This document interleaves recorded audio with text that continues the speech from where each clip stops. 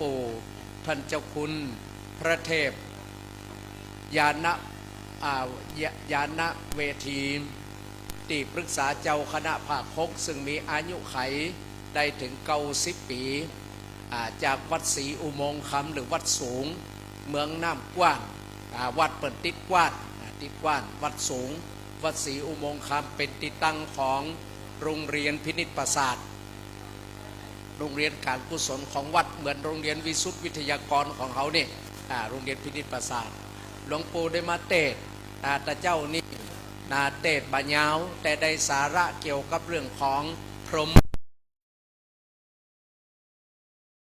ของเมตตากรุณามุทิตาอุเบกขาซึ่งธรรมะ4 ข้อในตัวอุเบกขาเป็นตัวกำกับถึง3 ข้อเนี่ยในนัยยะของการเทศหลวงปู่เจ้านี่ได้ฮือลูกศิษย์ลูกหาตลอดจนพอออกไม่ออกศรัทธาได้นำไปในฐานะที่หลวงปู่สมนี่เป็นพระสงฆ์เปิดห้องว่าเป็นพระเป็นนักปกครองเป็นนักปกครองซึ่งเป็นพระสังฆาธิการระดับเจ้าอาวาสก็ถือว่าเป็นผู้นำหลวงปู่ก็ได้เอาลักษณ์ของผู้นำลักษณ์ของผู้บริหารงานบอกว่าจะเป็นของเจ้าบ้านหรือเป็นของพระสงฆ์ก็คือลักษณ์พรหมวิหารธรรมทั้ง4อันนี้หลวงปู่สมได้มีโอกาสได้สืบทอดสมปันเจ้าต่อจากหลวงพ่อท่านพระครูวิธาน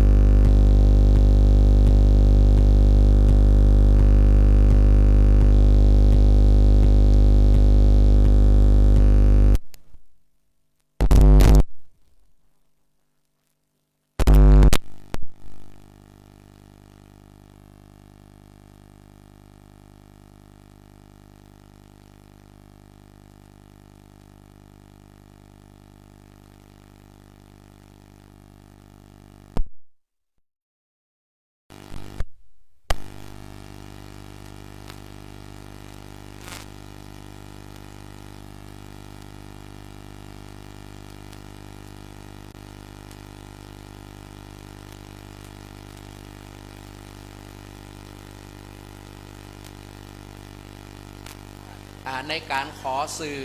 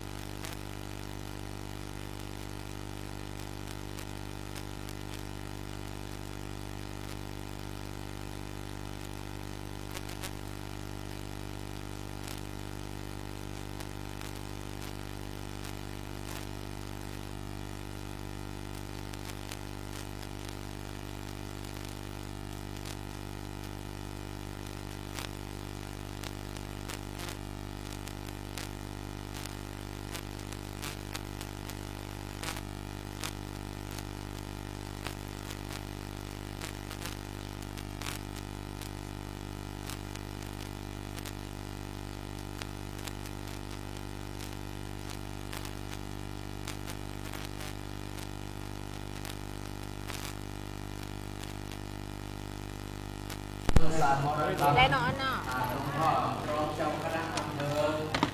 มีหลวงพ่อท่านพระมหาวิจารณ์ผู้เดชสโตและก็มีท่านพระครูดร.พระครูสิริรัตนโสภิตหลวงพ่อท่านพระครูรองเจ้าคณะอำเภอและมี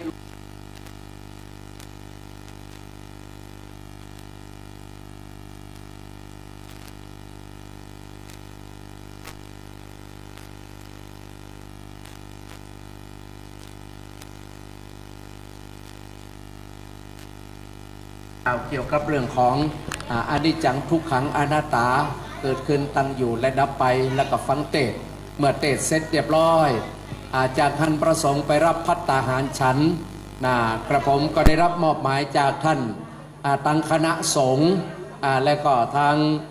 ดร.จิรศักดิ์ปัลลำซึ่งเป็นฝ่ายพิธีการ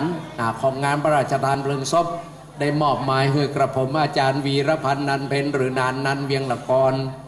ได้โอกาสปรารถนาเวนตาลแบบเบาโบราณปื้นเมืองเหนือเมื่อเวนตาลเสร็จเรียบร้อยก็ทุกท่านรับประทานอาหารกลางวันกินข้าวตอนมากินข้าวตอนกันเมี่ยนเสร็จเรียบร้อยเวลาประมาณบ่ายโมงโดยประมาณพระสงฆ์องค์เจ้าก็ออกจากที่พักเข้ามาสู่ศาลาสถานที่บำเพ็ญบุญตัดนี้พระสงฆ์ได้สวดมัตติกาเสร็จเรียบร้อยก็ได้เฮือตานปัจจัยทายธรรมเพราะฉะนั้นในโอกาสตอนเจ้าพ่อแม่พี่น้องสาธุชนท่านใดที่มาแล้วบ่ได้เป็นเจ้าภาพเจ้าของผ้าผ่อนต่อนสบายไตรจีวรบ่ได้ทอดผ้าด้วยเปิ้นผ้าเป็น70-80ไตรบ่ได้ทอดก็บ่เป็นหยังบ่ต้องไปน้อยอกมองใจเขายึดลักอุเบกขาธรรมเป็นติตั้งแต่ว่าตอนนี้เขามีโอกาสคือท่านได้ปูจาผ้าได้ปูจาหลัวมือซ้ายถือหลัวมือขวาถือผ้าได้มาปูจาผ้าไตรจีวรเสร็จเรียบร้อยก็อุทิศกัลปนาผลส่งให้หลวงปู่ยังตันอยู่นะครับเนอะยังตันอยู่เพราะฉะนั้นในโอกาสตอนนี้ก็ขอน้อมเรียนเชิญท่านทั้งหลายที่ได้มาจากเฮียนเปลี่ยนใจมาจากบ้านบ่ได้เมื่อยข้านได้การทำบุญได้มาช่วยกันเตะกั้มจูอุดหนุนธรรมะนังกุลสังฆนบเก่าทำบุญกินตาลยามเมื่อแก่เท่าเฮอป้นจากอบายมุกยามเมื่อเป็นเปิดตมตกปงฝุ่นมุกเอาผงฟอกด้วยกินข้าวกันว่าเขาปล่อยละไว้ในมันจักขาวขัวบ่มีหาวในจักกำมันเฮอกึดไปยาวเฮอสาวสอดดันเป็นสิ่งสำคัญจุ่งคิดทำบุญกินตาลกับให้ชีวิตยามเมื่อเฮาแก่เท่ารวยราเฮาเป็นเจ้าพุทธนับถือพระพุทธศาสนาเปิ่งพระพุทธาโคตมะเจ้าเปิ่นได้สั่งสอนหมู่เฮาหนุ่มเท่าเคารพครบยำกราบพระหมู่เฮาตั้งหลายขวัญการะวะสารสากราบไหว้ปูจาศรัทธาทานังอนุโบธามิศรัทธาคือความเชื่อประสาทะความเลี่ยมใสหมู่เฮาเกิดมาปะพระรัตนไตรแก้ว3ประการเป็นสรณะเป็นติจังเป็นติเปิงเมื่อเฮาได้เกิดมาพบพระพุทธศาสนาเฮาได้มีความภาคภูมิใจว่าเฮาได้เกิดมาเป็นศิษย์ตถาคตซึ่งองค์ประกอบของพระพุทธศาสนาของเฮานั่นจะมี5องค์ประกอบด้วยกันองค์ประกอบอันแรกก็คือองค์หลักของศาสดาพระพุทธศาสนาของเฮามีพระศาสดาคือสัมมาสัมพุทธเจ้าองค์พระศาสดาสัมมาสัมพุทธเจ้าซึ่งเป็นโลกวิทูเฮามีศาสดาเอกของโลกเมื่อเฮามีศาสดาเฮามีศาสดาก็มีศาสนธรรมคำสั่งสอนของพระพุทธเจ้า 84,000 ปฐมขันธ์ที่ประสงค์องค์เจ้าได้เทศน์ได้สูตรกันทุกค่ำคืนมาล้วนแล้วเป็นหลักธรรมะเอามูแห่ไปเนอแห่ไปอูก็อูไปเนาะอันมันง่อมนะนึกว่ามูแห่ปิกไปแล้วนี่เป็นย่ายสถานที่เนอเมื่อมีหลักทางพระพุทธศาสนามีหลักยึดเหนี่ยวนั่นคือธรรมะ84,000 ข้อเมื่อสรุปแล้วก็จะมีอยู่3ข้อใหญ่ๆหมวดที่1ก็คือสัพพปาปัสสะอาการนังการบัตทำความชั่วทั้งปวงเป็นติตั้งประการที่2กุศลสูปสัมปทาทำกุศลคุณงามความดีถึงพร้อมตลอดเวลาประการที่3สัจจิตตปริโยทปนังมีจิตใจเป็นบุญจิตใจเป็นกุศลมีเมตตาเป็นติตั้งเพราะฉะนั้นโอกาสที่หมู่เฮาท่านทั้งหลายได้มาแสดงออกน้ำจิตอันใสน้ำใจอันสะอาดชีวิตของคนเฮาก็เต่าอีละบ่มีอย่างจักเตี่ยงมันจีลังเตี่ยจักมวยมิดชีวิตอัตตังความมะระนังเป็นจริงเตี่ยงมันบ่มีอันยังจักมากีดกันคือตัวคนเฮาหลอดป้อนถึงมีเข้าของเงินทองมากล้นจักของก่อปนเพียงใด ถึงมีกูฮักกูแปนหัวใจแสนตีอะไรมนุษย์คนเฮาตายไป เอาอย่างตัวไปบ่ได้มีแต่บาปและกรรมตัวตำร่มไก่ยาเมื่อเตโจไฟวอดมิดโมเฮาตั้งหลายสหายกูคิดจักพึงร่ำให้รำพันจะขอผ่อนไว้มันตึงบ่ไหวชีวิตดับไปปิคืนบ่ได้ปิคืนบ่ได้อย่างอีละอันนี้โมเฮาในฐานะที่เป็นศาสนบุคคลในพระพุทธศาสนาอันหมายมีพระภิกษุสงฆ์องค์เน้นเจ้าตลอดจนอุบาสกอุบาสิกาเมื่อเฮามีพระสงฆ์องค์เจ้าบุคคลในพระพุทธศาสนาเขาก็มีวัดวาอารามวัดนี่เป็นติประดิษฐานถึงศาสนวัตถุศาสนสถานในวัดขวังแก้วอารามนี่คนโบราณนี่เป็นถือกันว่าเป็นสถานที่ศักดิ์สิทธิ์เป็นขวังแก้วขวังแก้วก็คือขวังรัตนะคือแก้วสามประการพระพุทธพระธรรมพระสงฆ์เจ้าเพราะฉะนั้นหมู่เฮาท่านทั้งหลายได้เข้ามาในวัดพระเจ้าอาจารย์เปิ่นได้สุมาแก้วทั้งสามฮือเรียบร้อยละบ่มีไผเป็นบาปเป็นกรรมเนอะบ่มีไผเป็นโทษเป็นตายหยังได้สุมาแก้วทั้งสามบางทีได้พลั้งพลาดด้วยกายกรรมวจีกรรมมโนกรรมบัดนี้บ่ฮือได้เป็นปาปกรรมติดเนื้อติดตัวหมู่เฮาเจ้าคาทั้งหลายเมื่อเฮาได้มีโอกาสได้มาปฏิบัติศีลปฏิบัติธรรมมีน้ำจิตอันใสน้ำใจอันสะอาดได้มาสร้างกองบุญกองกุศลได้มาปูจาพาผ่อนตันสบายไตรจีวรหลวงเงินหลวงคำได้มาสร้างทานะบารมีก็เกิดเป็นการฮือตานเมื่อเฮาฮือตานในวันนี้เฮาขอแผ่เมตตาอุทิศกัลปนาผลไปถวายแด่ธรรมจารีภิกขุคือหลวงปู่สมธรรมจารีตนบุญเป็นผู้เฒ่าตนเฒ่าตนแก่ซึ่งอยู่ในพระพุทธศาสนาบ่มีปิวมีแมงเนอะเป็นพระสงฆ์องค์เจ้าบ่ได้เป็นดวงเฟื่องหมอดในพระพุทธศาสนาเป็นที่เคารพนับถือของพระสงฆ์องค์เน้นเจ้าปอออกแม่ออกศรัทธาพระเถระมหาเถระพระอนุเถระทั้งหลายได้เคารพนับถือหลวงพ่อหลวงปู่เพราะฉะนั้นเมื่อเฮามีศาสนสถานวัดวาอาราม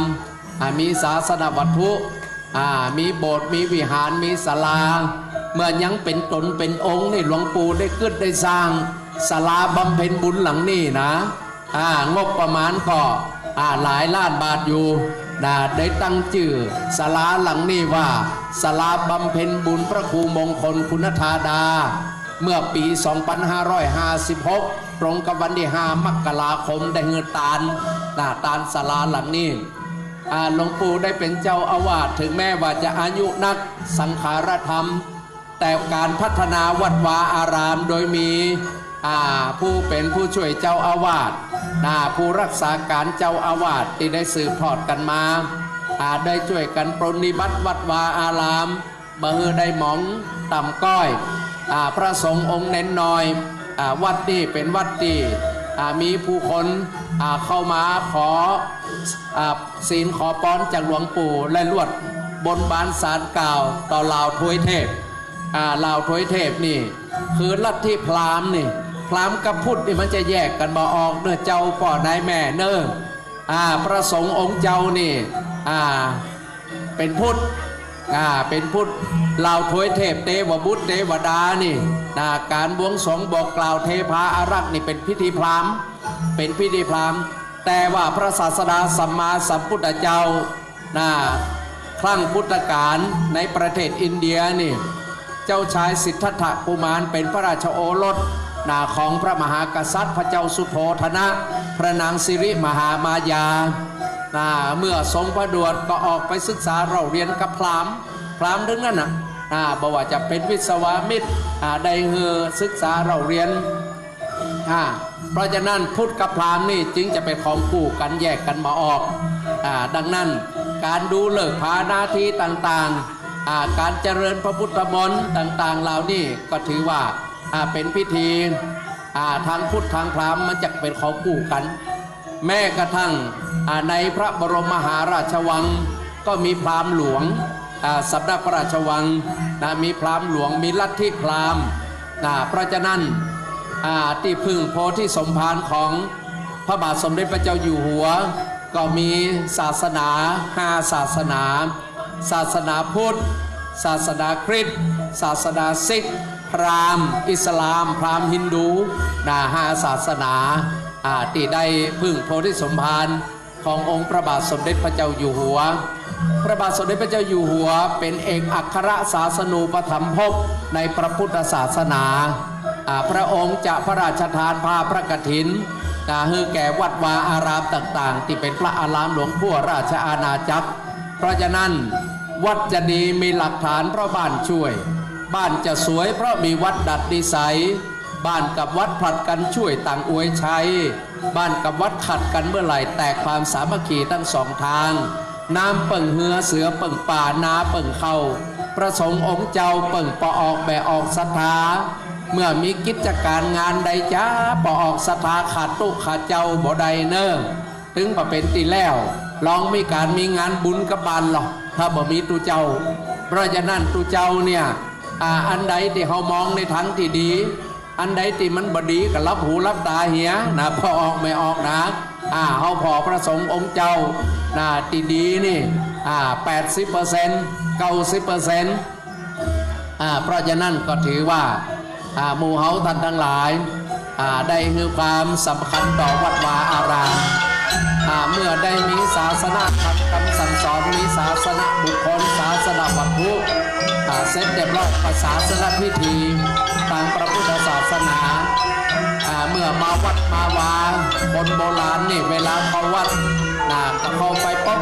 อันดับแรกก็ไปไหว้พระเจ้าก่อนนี่เป็นข้อศาสนาพิธี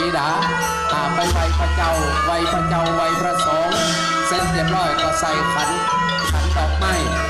จะมีขันแก้วขันสามจะมีขันศีลเหล่านี้เป็นต้นลักทางพระพุทธศาสนาเป็นห้องว่าศาสนาพิธีเหมือนอย่างกับวันนี้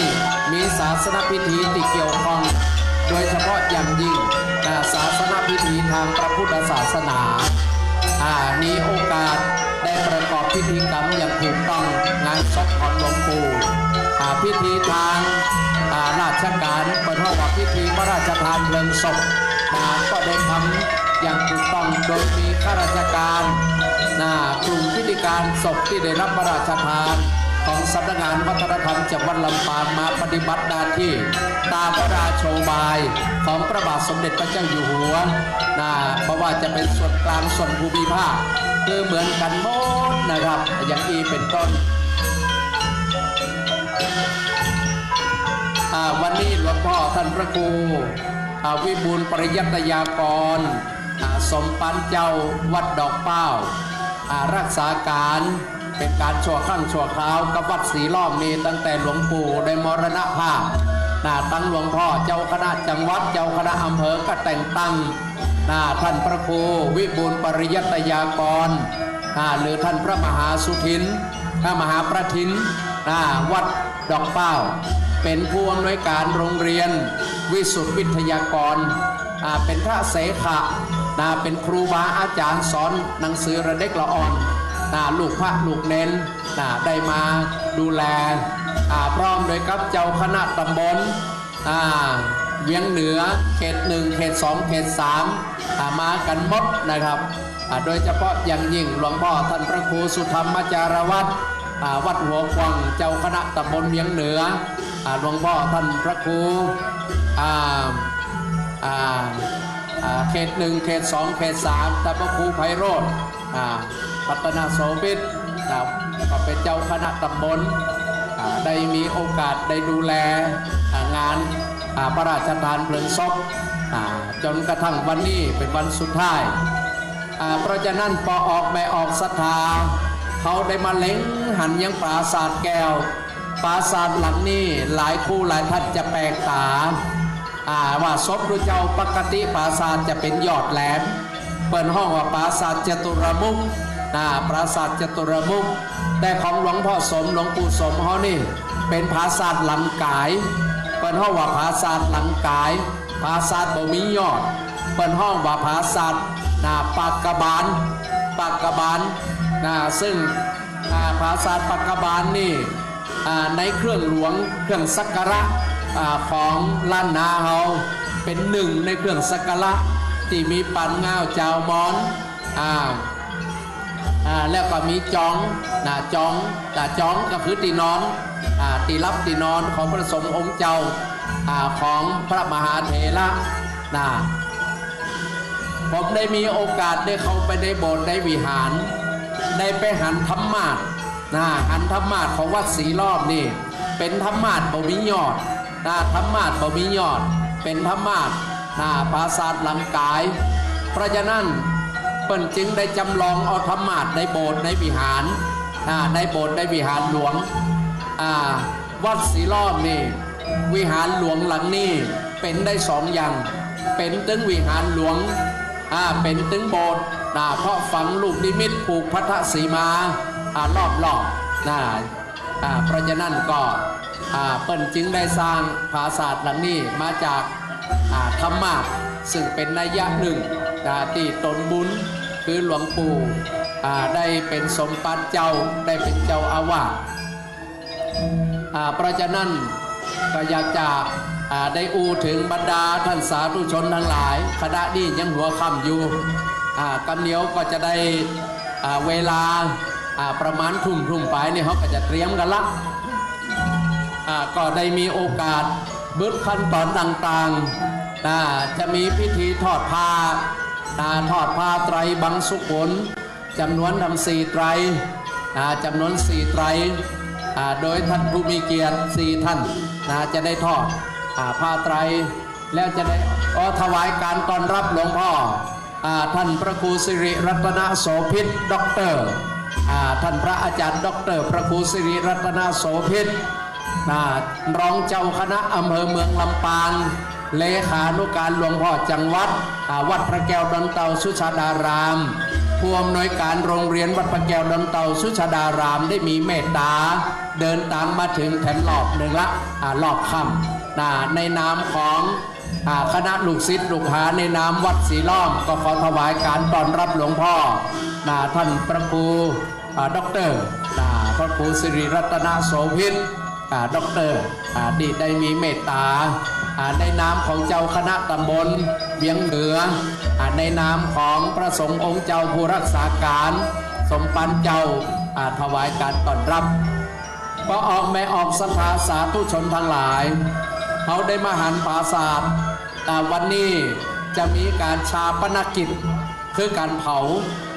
ถ้าหากว่าการเผาใจกับพระสงฆ์องค์เจ้าในบนห้องว่าประชุมเพลิงประชุมเพลิงวันนี้ตอนกลางวันนั่นเป็นการประชุมเพลิงโดยไฟพระราชทานของพระบาทสมเด็จพระเจ้าอยู่หัวและกำเดียวจะมีการเผาแต้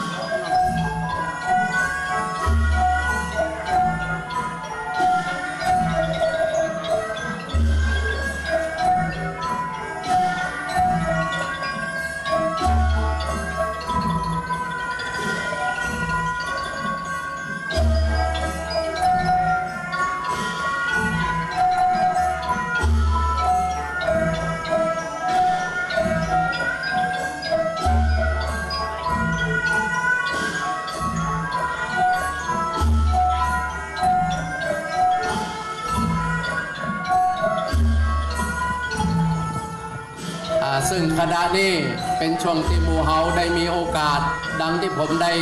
นำเรียนท่านสาธุชนทั้งหลายว่าในพิธีการต่างๆนั่นงานศพพระสงฆ์องค์เจ้าในตอนหัวค่ำนี่เป็นช่วงติเก็บตกพอออกไม่ออกสถานท่านใดติมาถึงบ่ได้ทอดไตรตอนกลางวันบ่ต้องไปน้อยอกหมองใจยึดลักอุเบกขาธรรมเหมือนหลวงปู่พระเทพยานเวทีในเตตเจ้าบัดเดียวนี่ไผที่ยังได้พาไตรก็มาปูจากันได้ตามเจตนาศรัทธาเนอะหลวงเงินหลวงคำขอต้อนรับท่านดร.จิรศักดิ์บรรลัมซึ่งเป็นอนุศาสตราจารย์ของวิทยาลัยสงฆ์นครลำปางท่านดร.กตัญญูเรียนตุลเป็นอนุศาสตราจารย์ของวิทยาลัยสงฆ์นครลำปางได้มาทำหน้าที่เป็นโฆษกเป็นพิธีกรตั้งแต่ 2-3 วันที่ผ่านมาในช่วงหัวค่ำวันนี้2 ท่านเป็นยังบักกรรมไหมเนี่ยนะปัจจสวะละเฮือจันนั้นกรรมอย่ากำก่อนได้ถึงเวลาแล้วก็เขาก็ค่อยว่าขั้นเข้าสู่พิธีการเพราะฉะนั้นพิธีการขั้นตอนเนี่ยพอออกแม่ออกศรัทธาวันนี้ไผท่านใดที่บ่ได้ปูจาหลวงบ่ได้ปูจาพาเปิดโอกาสได้ครับเด้อเปิดโอกาสเมื่อปูจาหลวงปูจาพาเสร็จเรียบร้อยเมื่อได้เวลาก็จะมีพิธีทอดผ้าจำนวน4 มุม 4 ไตรที่ปราสาทน้อยบนเมนทอดปราสาทบนเมนเมื่อทอดผ้าไตรเสร็จเรียบร้อยหรืออาจจะ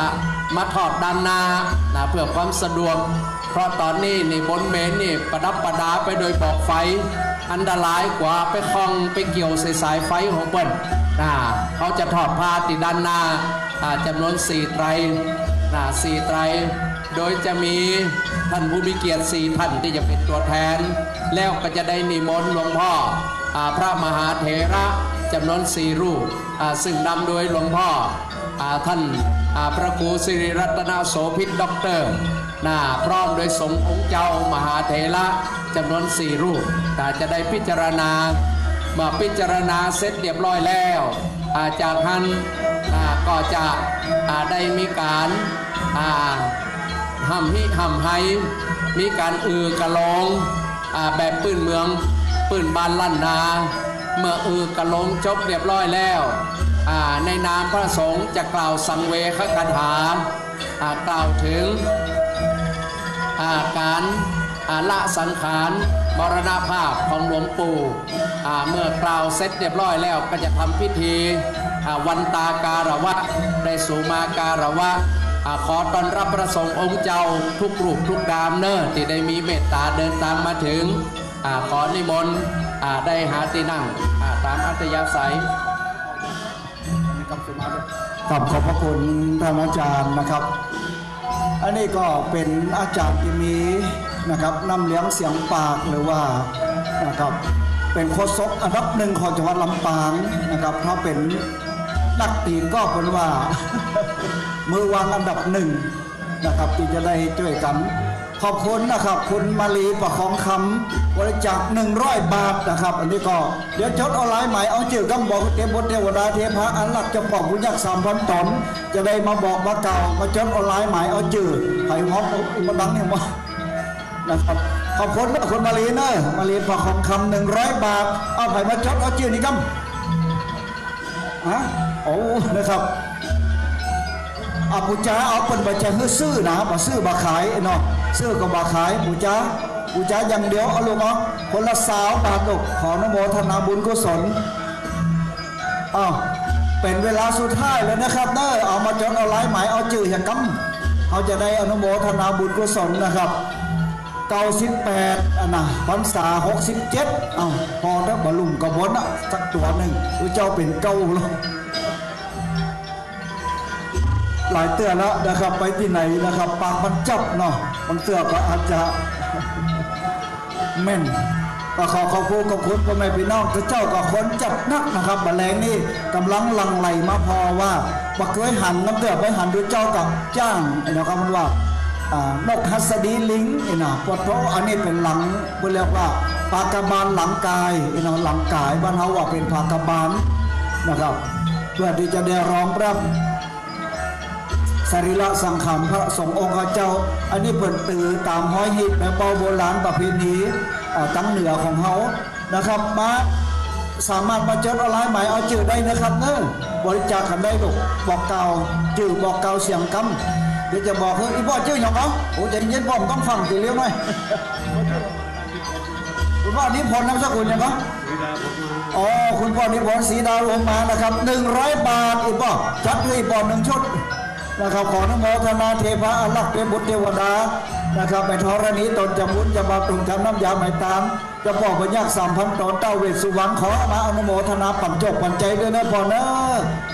นะครับอยู่ก็ขอให้มีใจไปก็ขอให้มีจบอย่างก้าวไปจุลที่ได้เป็นที่รักของหมู่คนและเทพบุตรเทวดาทั้งหลายเนอะนะครับและเวลาเห็นเมื่อกี้นาทีแล้วครับเดี๋ยวเขาก็จะได้ร่วมกันปิดพิธีประเดี๋ยวนี้18 นาฬิกาครับ42 นาทีนะเวลาต่อกระชั้นชิดบาทจะน้อยแล้วครับมาจดเอาลายหมายเอาจื่อบอกเทพบุตรเทวดาเพื่อจะได้จดไว้ในตลาดคำนะครับวันนี้ก็วันคำโดยเฉพาะกรรมการนะครับมาได้กลับบ้านกลับจองอ้าวบอกกล่าวจื่อกำนะครับเนอะบอกเทพบุตรเทวดาเปิ้นไอ้ที่ก็บริจาคอีก100อีกจื่อหยอกก็สุมาเด้อเพราะว่านะบอกเอาจื่อมาตัววันนี้นะไม่ประสงค์ออกนาม100 บาทครับอนุโมทนาขอเทพบุตรเทวดาเนอะจะบอกบุญญา3 ตนจัดเอารายหมายเอาจื่อมาปั่นจบปั่นใจคือกำเนาะอนุโมทนาบุญกุศลอีแม่ฝากได้ทำ40 บาทที่แม่ ขออนุโมทนาบุญนะครับตะกี้กัน100 บาทขอกราบถวายการต้อนรับหลวงพ่อพระเดชพระคุณหลวงพ่อท่านเจ้าคุณนะครับพระวิสุทธิธรรมพิราชรองเจ้าคณะจังหวัดลำปางวัดต้นธงชัยได้เดินทางมาถึงละจดเอาลายหมายเอาเจอกับคุณหมออ้อม สาธุลูกโมทนาอันนี้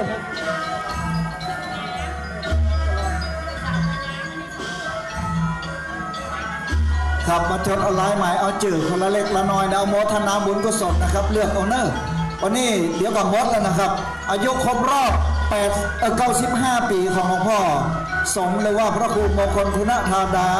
เป็นทำไหว้ขันแล้วนะทำพิธีปลุกเสกพุทธาพิเศษเรียบร้อยนะครับตั้งด้านหน้าเป็นรูปเหมือนหลวงพ่อพระครูมงคลคุณธาดาด้านหลังเป็นท้าวเวสสุวรรณปกปักรักษาผีสางเต็มบุตรเราทั้งหลายดูผีนะครับทั้งหลายนี่บักใกล้นะครับหันปอดเจ้าเวสสุวรรณแล้วก็แม่กำข้อนเนี่ยแล้วกับไปชุดหลิวนะครับมาบักไก่บักไก่พ่อบุญญาบารมีปกปักรักษาพื้นแผ่นดินแผ่นฟ้าที่อยู่อาศัยตลอดถึงคุ้มครองพระพุทธศาสนาเข้าไปที่ไหนหันจะบอกผู้ยากเป็นแกมข้อนอยู่ตรงหน้าวัดหน้าวานหน้าวิหารห้องนะ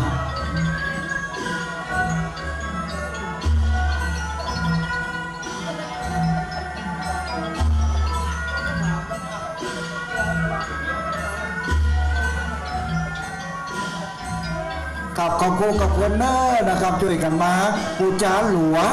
ดอกแล้วกับผ้าไตรจีวรจะได้น้อมถวายพระเพลิงนั่นหรือว่าพระราชทานเพลิงศพเจ้าก็ทำพิธีไปละบรรเลงเนี่ยเขาก็จะได้ร่วมกันอนุโมทนาเพื่อจะได้เป็นบุญเป็นกุศลกำจุอุดหนุนกำจอหอหลังเฮโมเฮาอยู่เย็นเป็นสุขอยู่ดีมีสุขกันแต่เผาพระสงฆ์องค์เจ้านี่มัน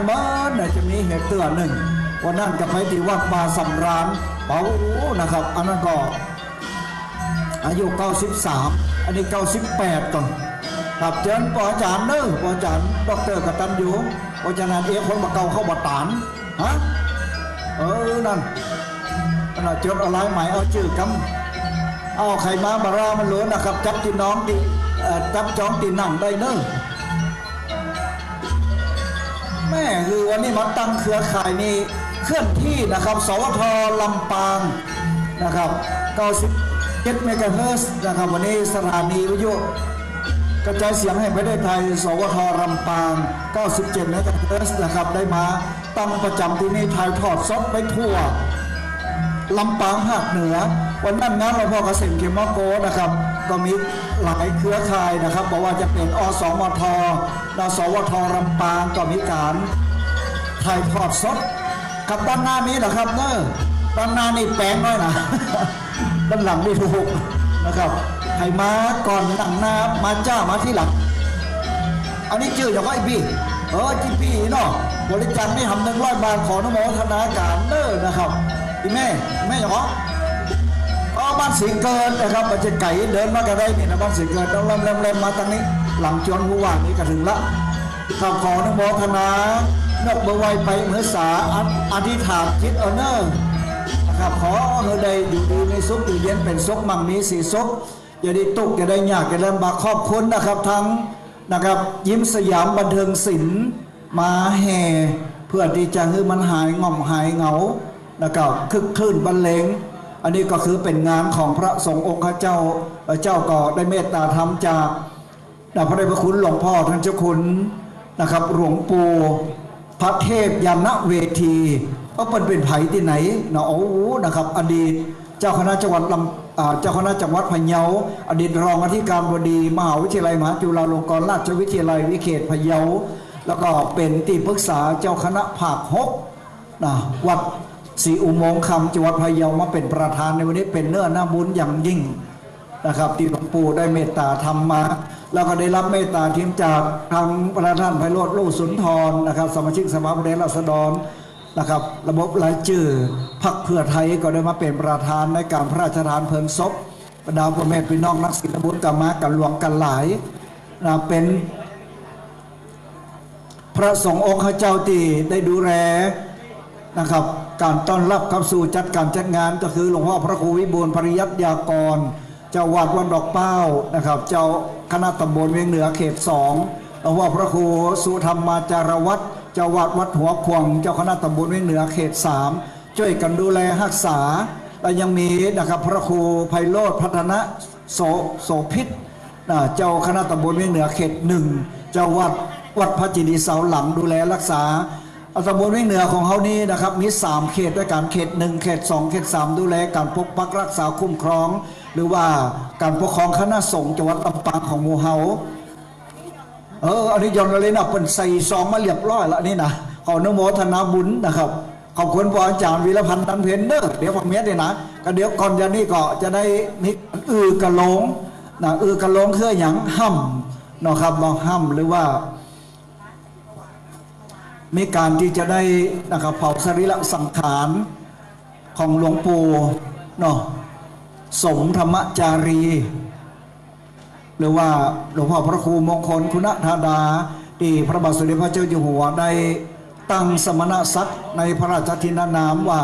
หลวงปู่นะครับพระครูมงคลคุณธาดาคุณความใดยังบอกพอเป็นมงคลแถมต่างหากนะครับของหลวงปู่ที่ดำรงคงวันในพระพุทธศาสนาได้67 พรรษา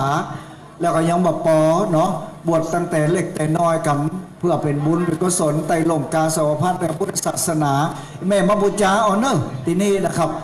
จอมเอาอีแม่นะครับบริจาคอนุโมทนายกมาไว้ไปเมื่อสาร100 บาทแม่เนอะ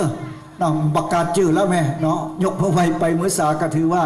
เป็นเนื้อน้ำบุญนะครับเทวบุตรเทวดาเป็นหู้มัดนะครับไผ่หอมไผ่บางหอมเล็กๆน้อยๆถือว่าเอาใจมานะครับบูชาพระพุทธศาสนาสรีระสังขารของหลวงพ่อที่ดำรงคงมันเสียสละนะครับต้องการถวายชีวิตอยู่ใต้ร่มกาสาวพัฒน์ในพระพุทธศาสนาเป็นเวลา67 พรรษานะครับอายุได้98 ปีตัวผลโลหนักหนาปาปานพระสงฆ์องค์เจ้าเตินเนื้อนาบุญทางศาสนาก็มาบริการเพื่อพิจารณานะครับผ้าไตรจีวรย่อนเอาเลยนะครับเนอะให้จะหอมตะฮือนะครับนอกก็แล้วแต่บุญกุศลเปิดตึงบะหมี่บักบานสาร90 บาทก็ต้า5 บาทก็ตาม100 บาทก็งาม1,000 บาทก็ได้อีกว่ะ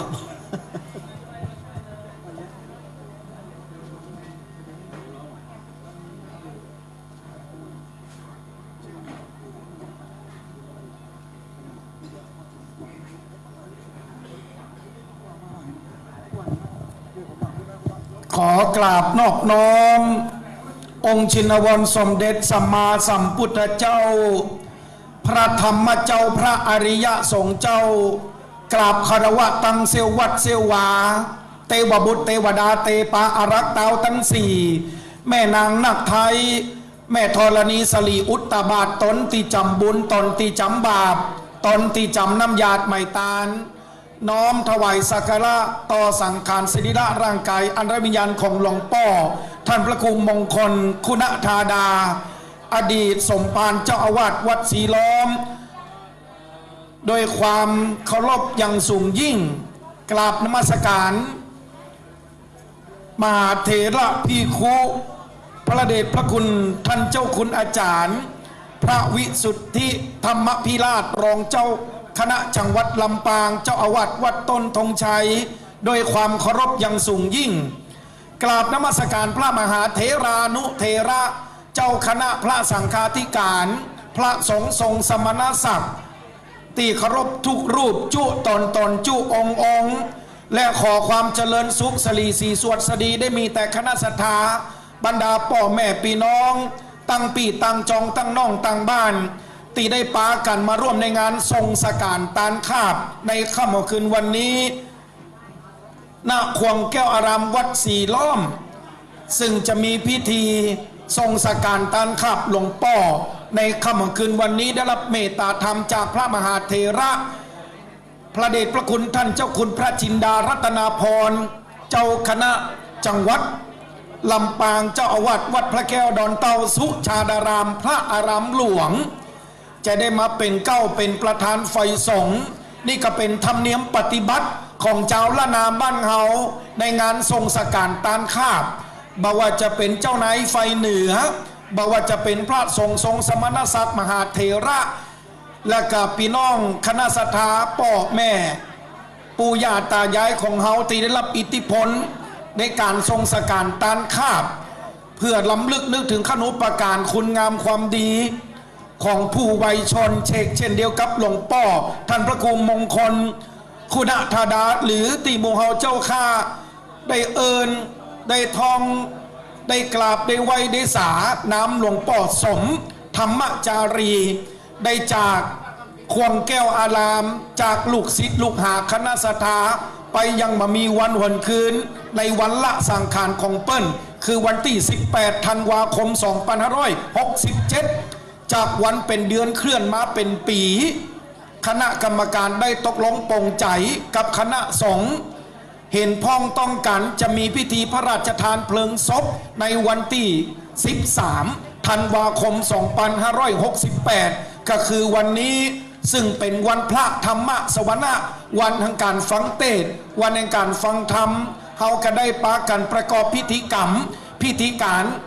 มากันตั้งแต่ช่วงของตาเจ้าซึ่งได้รับเมตตาธรรมจากพระเดชพระคุณท่านเจ้าคุณพระเทพยานเวทีที่ปรึกษาเจ้าคณะภาค6มาเป็นเป็นประธานฝ่ายสงฆ์หลวงพ่อพระครูมงคลคุณธาดาซึ่งมีอายุอานามถึง98ปีพรรษา67ถือว่าเป็นพระมหาเถระผู้ใหญ่และก็วันนี้เป็นช่วงสุดท้ายครับสุดท้ายสุดแล้วนั่นก็คือคณะศรัทธาได้มีโอกาสปูจาผ้าพรต้นสบายไตรบังสกุลพร้อมกับหลวงเงินหลวงคำเมื่อท่านปูจาแล้วได้มาเทียบที่บริเวณเบื้องหน้าสามเณรน้อยทอดบนภูสายโยงแนวตั้งแล้วสามเณรน้อยก็จะได้พิจารณาปันสิบปันปอนให้กับท่านได้นำผ้าพรต้นสบายไตรบังสกุลเพื่อจะได้เป็นเนื้อนาบุญทรงสการตานคาบหลวงพ่อพระครูมงคลคุณธาดาผ้าพรต้นสบายไตรบังสกุลซึ่งเป็นเครื่องนุ่งห่มของตู้เจ้าในสมัยพุทธกาลนี่ปนห้องว่าผ้าที่เปื้อนฝุ่นผ้าที่คลุกฝุ่นสมัยพุทธกาลพระพุทธเจ้าบ่มีพระบรมพุทธานุญาตคือตู้เจ้าได้รับผ้าไตรบังสกุลจากคณะศรัทธาได้จึงปากันไปตัดเย็บย่อมนำผ้าที่ห่อศพในป่าจ้าเอามานุ่งห่มเมื่อนางวิสาขาได้ทูลขอพระพุทธเจ้าจึงมีพระบรมพุทธานุญาตให้ตุเจ้าภิกษุณีสามเณรเถรี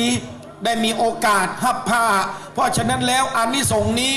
ล้นเกล้ารัชกาลที่5พระบาทสมเด็จพระจุลจอมเกล้าเจ้าอยู่หัว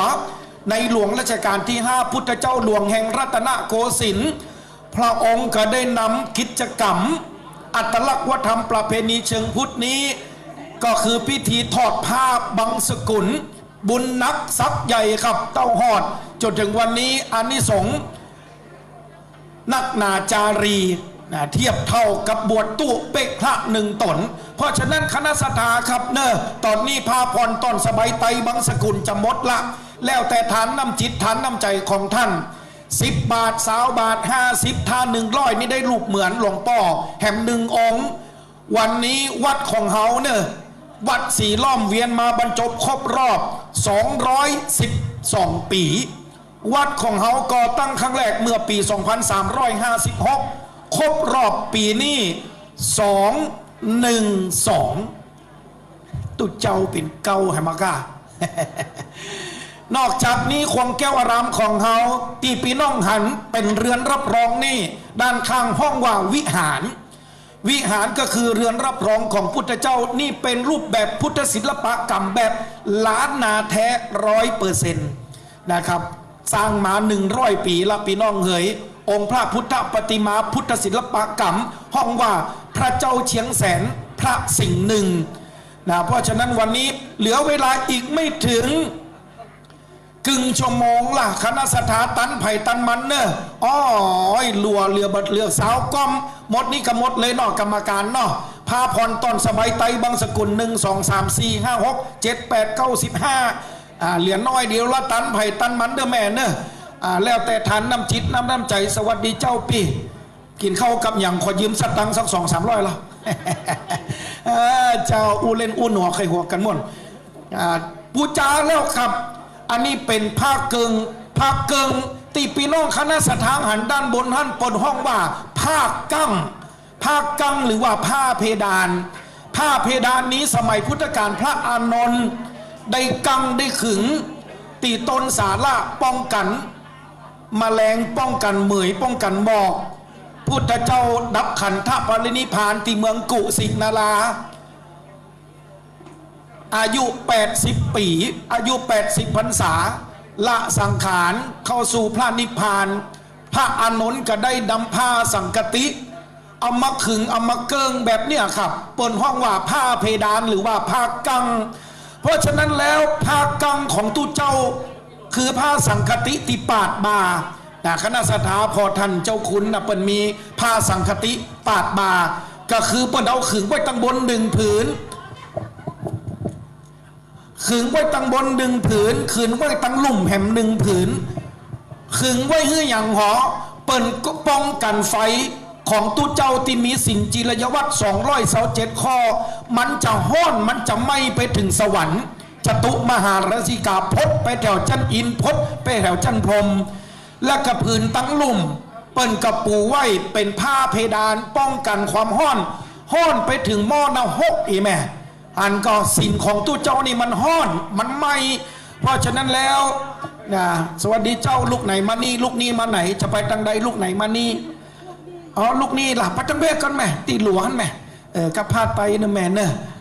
ปูจาแล้วล่ะเจ้าขอบคุณจะนักตอนนี้เหลือสาวกล้องสุดท้ายเนอะถ้าหมดแล้วก็หมดเลยนะตอนนี้เขาถ่ายทอดสดไปทั่วโลกครับคณะสถากดไลค์กดแชร์หรือว่ากดเอารูปของตัวเก่าได้ตีเพจของตังวัดสีล้อมพุทธศิลปกรรมทรงสการตานข้าปราสาทแก้วปราสาทคำปราสาทที่ท่านเห็นอยู่นี้ห้องว่าปราสาทปากกบาลปราสาทปากกบาลนี่เป็นทรงมนดบมนดบหรือว่าธรรมาติตุเจ้าเปิ่นเข้าไปนั่งและเปิ่นจะเตะธรรมเพราะฉะนั้นปราสาทหลังแก้วหลังงามของพระคุมมงคลคุณธาดาปุณวัตปราสาทปากกบาลหลังกายอันนี้เป็นยุคแรกเมื่อปีพุทธศตวรรษที่15ได้รับอิทธิพลมาจากหลิพุนชัยอันนี้เป็นยุคแรกแล้วก็ยังมีปราสาทของตู้เจ้ากับเจ้านายไฟเหนือแห่มยังหนึ่งที่มีเรือนยอดอันนั้นเป็นว่าปราสาทเรือนยอดปราสาทจะมีอยู่3ส่วนด้วยกันคณะสถาส่วนที่หนึ่งเป็นว่ากองสถูปเปิ้นแกะสลักจากไม้เป็นผานคว่ำผานหงายแล้วก็มีกระดูกงู3 จั่นตรงกลางนั้นเป็นจั่นที่2เปิ้นห้องว่าปราสาทเรือนยอดจตุรมุขมีผ้ากังและก็จั่นที่3นั่นคือ จันตีบ่งบอกถึงวันณะอย่างวันณะของชนชั้นสูง หรือว่าตัวเจ้าครูบาเจ้านายไฟเหนือตะวันที่จะมีโอกาสได้นั่งตั้งบัลลังก์ค้ำลักษณะแบบปราสาทเรือนยอดปราสาทปากกระบาลหลังกายปราสาทนกหัดสดีลิงอันนี้ก็จะเป็นปราสาทสำหรับตัวเจ้าครูบาที่มีอายุนักครับจะมีโอกาสได้นั่งหลังนกหัดสดีลิงนกหัดสดีลิงหัวจะเป็นจ้างมีงวงมีแกนตาตัวจะเป็นนกแข่งขานี่จะเป็นพญาสิงห์และตังบนก็จะนั่งตังบัลลังก์ค้ำหรือว่ามนดบปราสาทเมืองแบบล้านนาของเฮาแล้วจะนำเป็นพาหะนำตูเจ้าครูบาของเฮาไปสู่สังสารวัฏแดนพระนิพพานก็คือสวรรค์ชั้นดาววัดดึงจันทร์ที่2บนเขาพระสุเมรุอันนี้ก็ออกในพงศาวลีพงศาวดารตำนานชินการมาลีปกรณ์จามะเทวีวงศ์ว่าด้วยฤาษีวาสุเทพตีได้ก่อร่างสร้างแปลงเมืองหลิพุนชัยเมืองเขลางนครได้หือนกหัดสดีลิงลงไปกราบเอาสังตีในมหาสมุทรแล้วเอาไม้เต้ามาจี้แปลงเป็นปราสาทราชวังจึงเป็นที่ไปที่มาของปราสาทแก้วปราสาทคำทรงสการตานขาบของเจ้าล้านนาและเป็นยุคทองพระพุทธศาสนาในพุทธศตวรรษที่22หรือว่าปี 2101 ไปปรากฏจดเจื้อตีสุดเขตชายแดนของล้านนานั่นก็คือเจียงตุงเจียงยอง12ปันนาอันนี้ก็เป็นต้นแบบของพุทธศิลปกรรมปราสาทแก้วปราสาทคำแบบปืนบ้านล้านนาของเฮาสำหรับปราสาทของพระสงฆ์ก็จะมีปราสาทแจงแห่งซีแจงดังที่อาจารย์วิรพันธ์ดันเพนข้าราชการบำนาญกระทรวงวัฒนธรรมปราดแห่งล้านนาผู้หู้เปิดได้ปาทกปาถคาถาพิเศษเอาไว้เมื่อปางตะกี้ว่ามีปราสาทแจงหรือว่าปราสาทน้อยแห่งซีแจงเพื่อเป็นตีไหวบริขารเครื่องนุ่งห่มความจำเป็นในการดำรงชีพของพระภิกษุสงฆ์แต่ละจอกแต่ละแจงกำเดียวพระมหาเถระเปิ้นก็จะได้พิจารณาผ้าไตรบังสุกุลสี่แจงหลังจากนั้นก็จะได้กระโลงท่านอาจารย์วิรพันธ์นันเพชรนี่ท่านเป็นเพชรเม็ดงามของเมืองล้านนาของเฮาซุ้มเสียงของท่านโป้ทโดปานจะกินกับเข้าได้พี่น้องเหยนะวันนี้จะได้มากระโลงเป็นวรรณกรรมปืนบ้านล้านนาเปิดห้องว่าร้อยแก้วและก็ร้อยกลองกระโลงนี่มีตั้งแต่สมัยของรัชกาลที่11ของล้านนานามพญาแก้วกษัตริย์ล้านนาได้มีการรจนาวรรณกรรมกระโลงข้าวห่ำกำซอข้าวห่ำกำจ้อยวรรณกรรมปืนบ้านล้านนาเตดกำเมืองเป็นท่วงทำนองถ้าภาคกลางนี่เปิ้นก็จะห้องว่ากาบมหาชาติอันนี้เปิ้นก็จะแลถ้าเป็นในยุคของพระบรมไตรโลกนาถสมัยสุโขทัยนะก็จะห้องว่ามหาชาติคำหลวงแต่ถ้าเป็นล้านนาของเฮายุคของพญาแก้วพระสิริมังคลาจารย์อดีตเจ้าคณะจังหวัดเชียงใหม่อดีตเจ้าอาวาสวัด7ยอดพระอารามหลวงในยุคปี 2060เนี่ยเปิดห้องว่าทำหลวงนะเพราะฉะนั้นแล้ววันนี้ก็จะได้ฟังกระโลงจากปออาจารย์ใหญ่วีรพันธ์นันเพนเปิ้นจะถึงการเวียนว่ายไต่เกิดของสังสารวัฏในบริบทของพระพุทธศาสนาการปึ่งป้าอาศัยความบำมั่นบะเตียงขันห้าอนิจจังทุกขังอนัตตาเหมือนกับตัวเจ้า70 ตนแต่เจ้าเปิ้นสวดธรรมนิยามว่าด้วยสภาวะธรรมจิตเจตสิกรูปผลนิพพานอย่างเป็นต้นเพราะฉะนั้นแล้วคณะสัทธามากันแน่นหนาฟางครับมาเดี๋ยวนี้หลัวอยู่ยังขี้เกาบดินบต้วงกรรมการก็เอามือนั่งกำกลางนั่งพอหน้าไอ้หนานนี่ถ้าเป็นคนบะเกาเปิ้นบะเอาไปเป็นเมียเนอะแม่เนอะอย่างหอกกับขนาดหัวตัวเกายังแบกบะขึ้นในแม่ คณะสัทธาเนอะมาขับปากันมาปูจาหลัวตอนนี้ลดราคาลดแลกแจกแถมราคาพิเศษสุดครับ20 บาทครับ ตะไลละ20 บาทแถมหลัวแถม2 ก้อมบ่มีที่ไหนมีที่นี่เดียวคือวัดศรีล้อมคำว่าศรีในที่นี้คือต้นพระศรีมหาโพธิ์ล้อมในที่นี้ก็คือล้อมพระพุทธบาทของพระพุทธเจ้าตั้งหลังคณะสถานีครับมีรอยพุทธบาทของพุทธเจ้าเรียงรายล้อมรอบไปด้วยต้นพระศรีมหาโพธิ์ฤาษีเปิ้นได้ทำนายตอยตักไว้ว่าสถานที่เป็นม่อนแห่งนี้จะก่อกำเนิดเกิดพระพุทธศาสนาวัดวาอารามจึงได้ฮื้อกลุ่มพันคนทันยักษ์ท้าวเวสสุวรรณจำนวน 3,000 ตนได้มาเข้าเฝ้าพระศาสดามาเข้าเวรกันเต้าหอดจนถึงวันนี้212 ปีเพราะฉะนั้นสถานที่แห่งนี้วัดศรีล้อมเป็นหนึ่งเดียวของสายมูทั่วประเทศครับที่เปิ้นมาขอพรท่านท้าวเวสสุวรรณเจ้าแห่งขุมทรัพย์ที่มีนักที่สุดในจักรวาลท้าวเวสสุวรรณนี่จากก่อนนี่เปิ้นเป็นปอก้าทำธุรกิจเกี่ยวกับหีบอ้อยหรือว่าทำน้ำอ้อยน้ำตาลเปิ้นได้เงินคำกำแก้วเปิ้นก็เอาแจกคนตุกคนจนเมื่อเปิ้นล้ารับดับขันจากโลกนี้ไปแล้วพระพรหมได้อาราธนาพระพรหมได้ฮื้อศีลฮื้อปอนท้าวเวสสุวรรณฮื้อตักกินบะมดตักกินบะเสียงจึงเป็นที่ไปที่มาของปู่โสมเฝ้าทรัพย์เจ้าแห่งขุมทรัพย์ของจักรวาลมีนักที่สุดตักกินบะมดตักกินบะเสียงและก็ยังเป็นหัวหน้าของพูดผีปีศาจเป็นเท่าจตุโลกมหาราชิกาทิศเหนือทิศแห่งความตายอนุโมทนากับอีแม่ตัวเนยอีแม่ลูกบ้านไหนมาแม่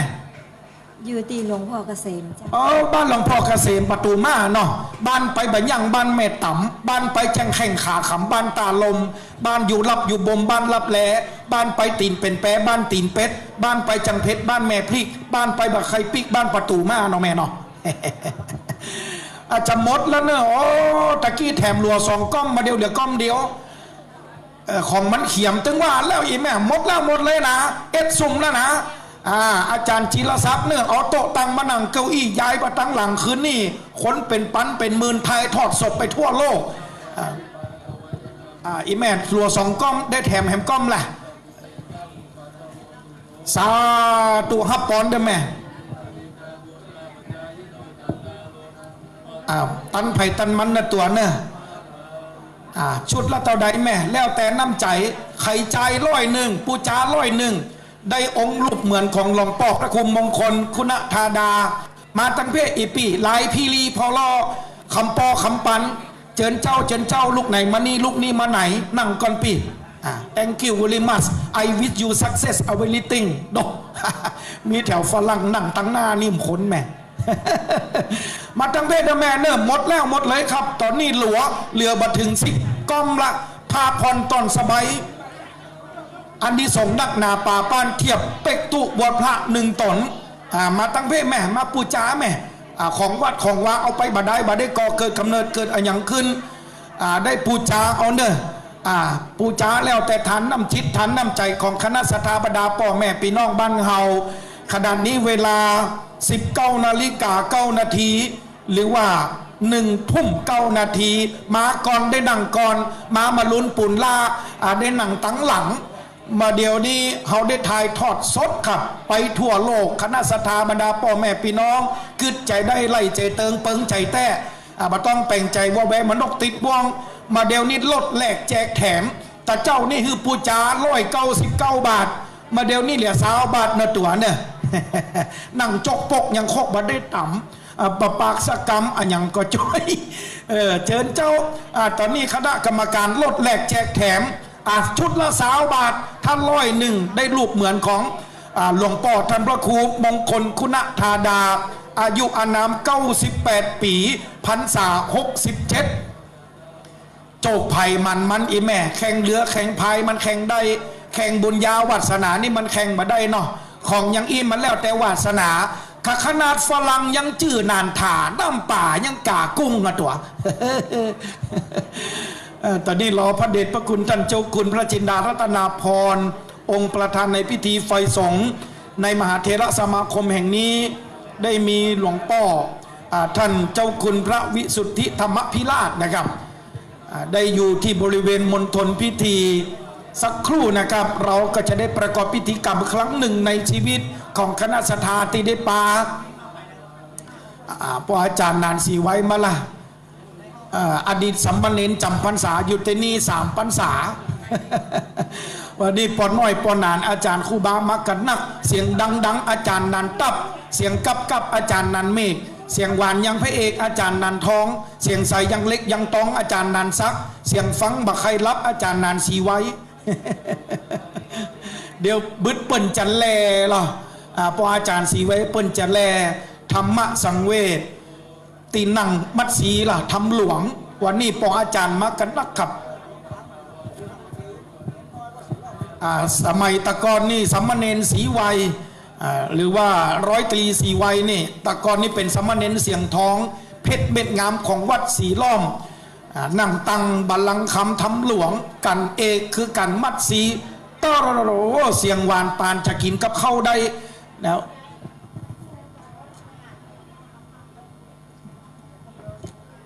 มาถึงแล้ววันนี้นักปราชญ์หลายคนขับจะมากระลงกาบและกันแลถวายให้กับหลวงพ่อสามเณรเสียงทองในอดีตการปัจจุบันนี้อายุของท่านก็70ละครับเสียงยังดีอยู่ครับบ่ฮู้ไปกินข้าวกับหยังนะอาจารย์ร้อยตำรวจตรีศรีไวยสมวันของเราอาจจะได้กระลงกาบระบำมีสักน้อยนะปอเนาะตามคำขอของพระมหาเถระในกรรมาแล้วปอวันนี้แต่งตัวรออินเทนยังพระเอกเกาหลีเหลียวพอแต่ละทีหัวใจจะบินบ้าง ครับตอนนี้รอเวลาอยู่คณะสัตยาท่านไหนที่มาถึงแล้วโอ้พี่น้องพอคนตั้งหลังปุ้นโดเป็นปุ๊กเป็นมูเป็นกองยังโคไหลน้องเดือน8 เดือน 9เอาเก้าอี้มาตั้ง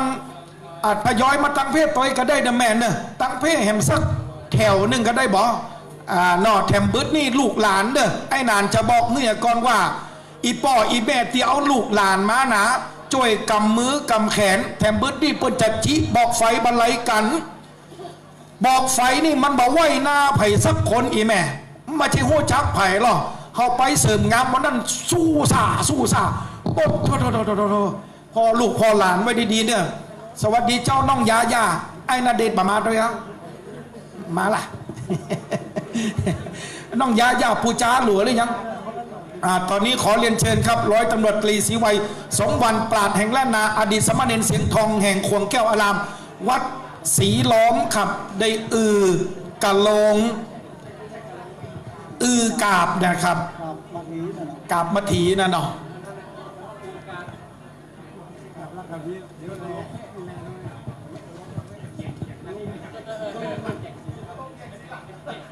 กราบ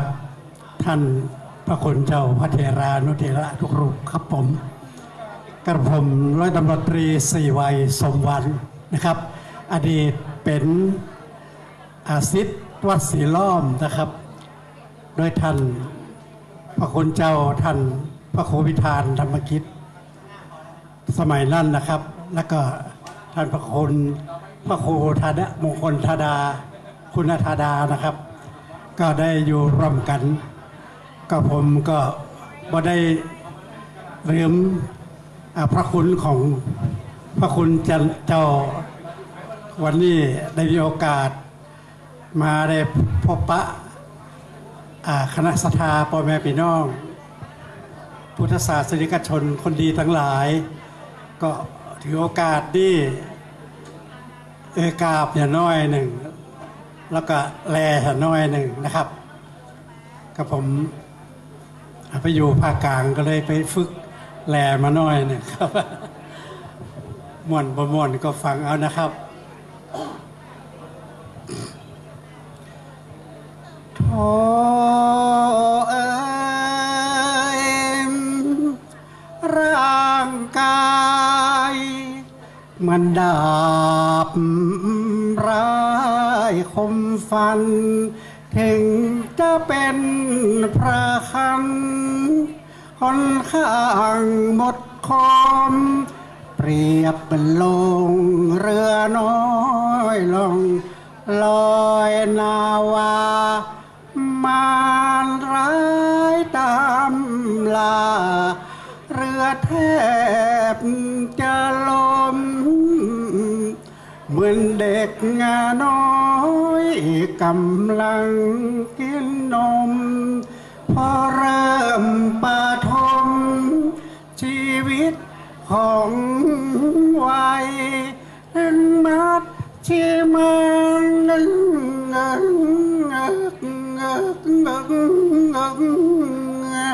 ถึงมัดชีมาเอานาวาชีวิตหมู่มวลญาติมิตรก็พากันพิจนาสมัยพอถึงปัดชิมไม่ยอมยิ้มมองใครสังขารร่างกายตกสูงภวังค์ปัญจักขันธารูปักขันธอสังขารเอี่ยมโอนี่แหละเป็นเรื่องทุกขังมีทุกข์ไม่ลดตลอดถึงฟังละลาละลังหมดอะไรนะถึงที่สุดใกล้จุดจวนจบจึงพากายหลบมัดจุราชร้ายหันหน้าพึ่งพระรัตนตรัยสินทานทำไว้ประจำวันจริงก็เราไม่รู้ว่าเกินกำหนดจะปลดหนอลมปลายเกิดแก่เจ็บตายวันไหนกันแน่ลุกโอยนั่งโอยลุกโอยนั่งโอยแรงรวยล่อแหล่โรคของคนแก่มีประจำกายสิ่งที่รักกลับห่างสิ่งที่ชังกลับชิดสิ่งที่รักสนิทกลับมาเบื่อหน่ายพยานยังอยู่มองดูกันก็ได้ดูตาดูยายเมื่อชีวิตท่านยังต่างคนต่างอยู่ดูปู่ดูยายามแก่ชรามานอนหันหลังนอนปลงอนิจจังสังขาราเนโยม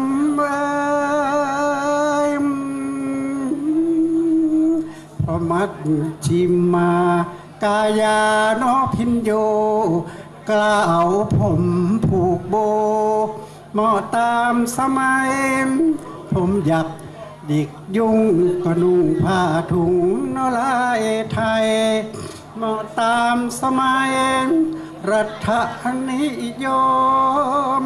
เลยอีกหน่อยมาปัดชิมมาไว้ร่างกายสิ้นสุดร่างกายก็สุดลงไป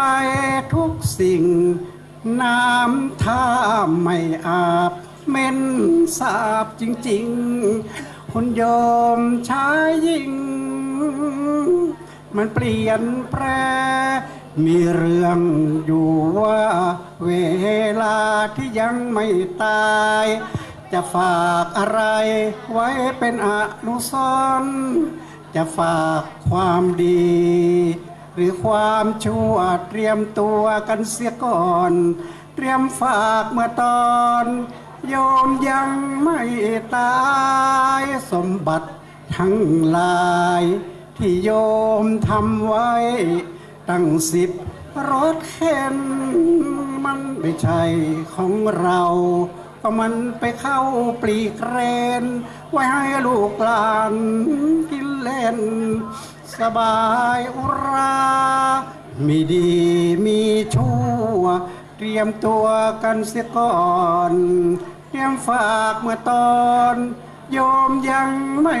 ตายมันคลาอะไร มีอยู่สองทางทางหนึ่ง นั่นเล่าเข้าไปนรก อีกทางหนึ่งเล่าให้ไปสวรรค์ญาติโยมที่รัก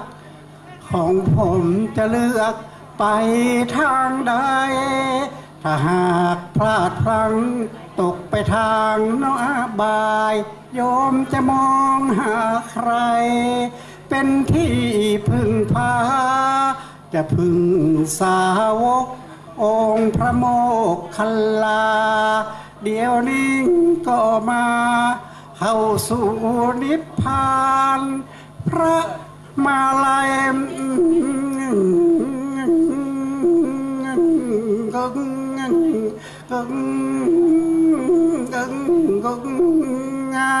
พระมาลัยที่เคยมาโปรด เดี๋ยวนี้ก็หมดพระอรหันต์เหลือแต่คำพี84,000 มีไว้ในใบลาน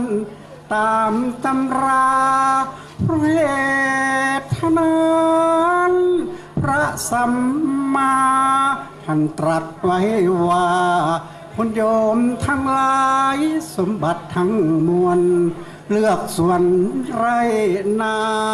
ที่โยมอุตสาห์หากันไว้สักวันคงพลาดจรจากกระจายเมื่อตอนโยมตายไปมอนหลับตาจะมารอลูกหลานที่อยู่ข้างหลังให้เขารินน้ำหลังให้วันหน้าเจอลูกเขาดีเจอหลานเขาดีมันโยมดีนะมันท่านพระครูมงคลคุณธดานี่นะที่มีคู่นาผู้มีพระคุณเป็นบุญของพี่ที่มีลูกหลานส่งบุญส่งทานไปเกื้อหนุนอนุโมทนาในกิริยาของบุญถ้าลูกหลานลืมคุณโยม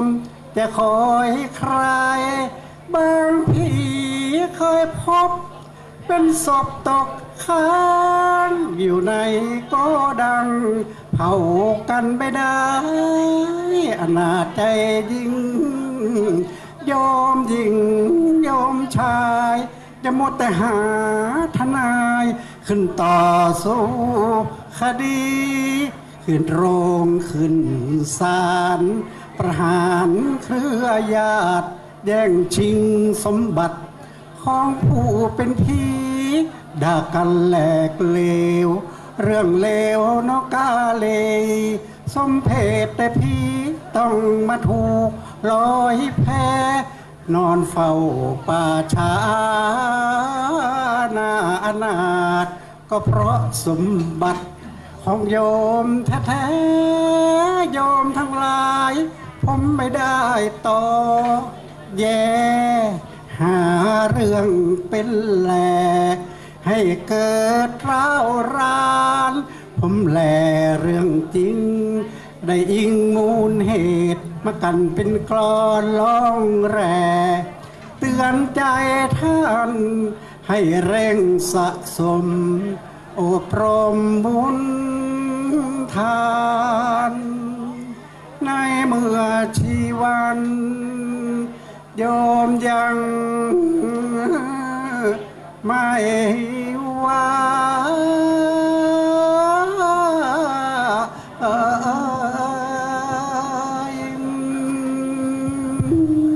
โอ้ขอเสียง สียงปรบมือเพื่อปออาจารย์ร้อยตำรวจตรีศรีวัยสมศรีวันสมวัน มากครับศรีวัยสมวันครับ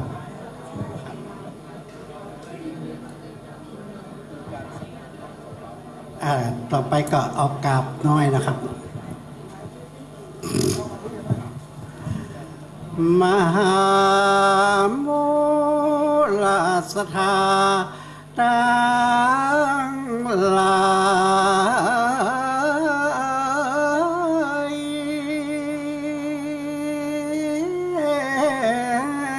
ตั้งเล็กยิ่งใจถ้าลามแล้วแถวเท่า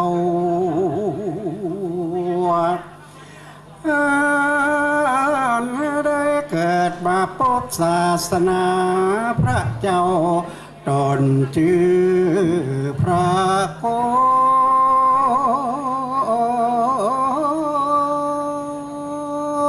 ดมก่อนนับว่าเป็นบุญกุศล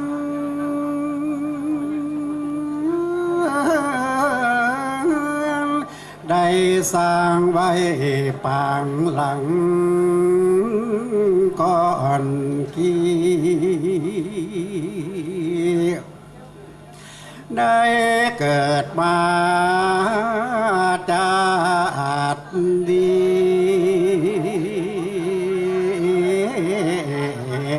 ได้รวมพระพุทธศาส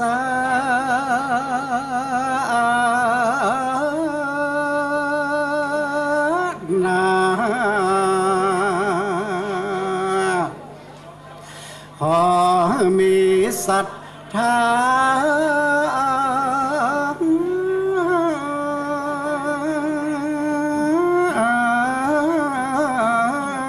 ใจเจือกระทำบุญไว้เมื่อใจยังถึงว่าเฮามีเข้าของเงินคำเครื่องกล้ามีตังรถเก่งรถยนต์รถมาหมู่ข้างูควา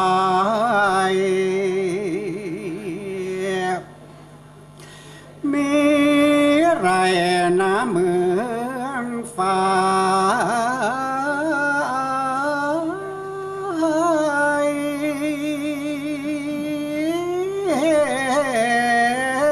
กันว่าตัวเฮาตายก็เอาไปตัวบ่ได้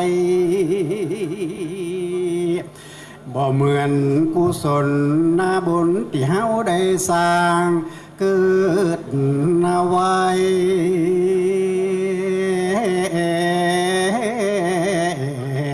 งามเมื่ออยู่ยังคนของอันใดที่บ่ใจของตนจะไปมัวเมาใครใดบ่เหมือนนาบุญกุศลที่เฮาได้สร้างเกิดเอาไว้ยามเมื่ออยู่ยัง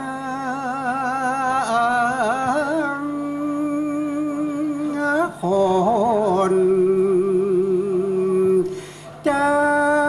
นั่นแหละมหามูลสถาตังหลาย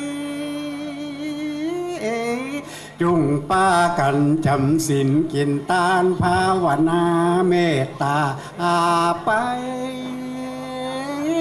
ใจผลบุญอันนี้ใสก็ ก็จักได้จากคลาเข้าไปสู่ตีตาดีก่อนและดีสาธุ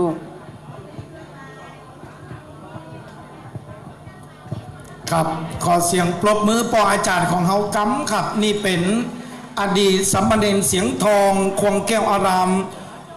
วัดสีล้อมของเฮาร้อยตำรวจตรีศรีวัยสมวันข้าราชการบำนาญผู้บำบัดทุกข์บำรุงสุขคนของพระราชาข้าของแผ่นดินหลายรูปหลายตนหลายองค์ขับหลายน้อยหลายนานตีได้อยู่ควงแก้วอารามวัดสีล้อมในนี้ก็หมายมีอาจารย์พระมหานพดลสุวรรณเมธีก็เป็นแห่งตนหนึ่งตีจำพรรษาอยู่ตีนี้ปัจจุบันการดำรงตำแหน่งเป็นเจ้าคณะอำเภอวังเหนือเจ้าวัดวัดบรรพตสถิตมหาปรริญญาธรรม7ประโยคผู้อำนวยการวิทยาลัยสงฆ์นครลำปางคณะสัทธาขณะนี้เรากำลังรอ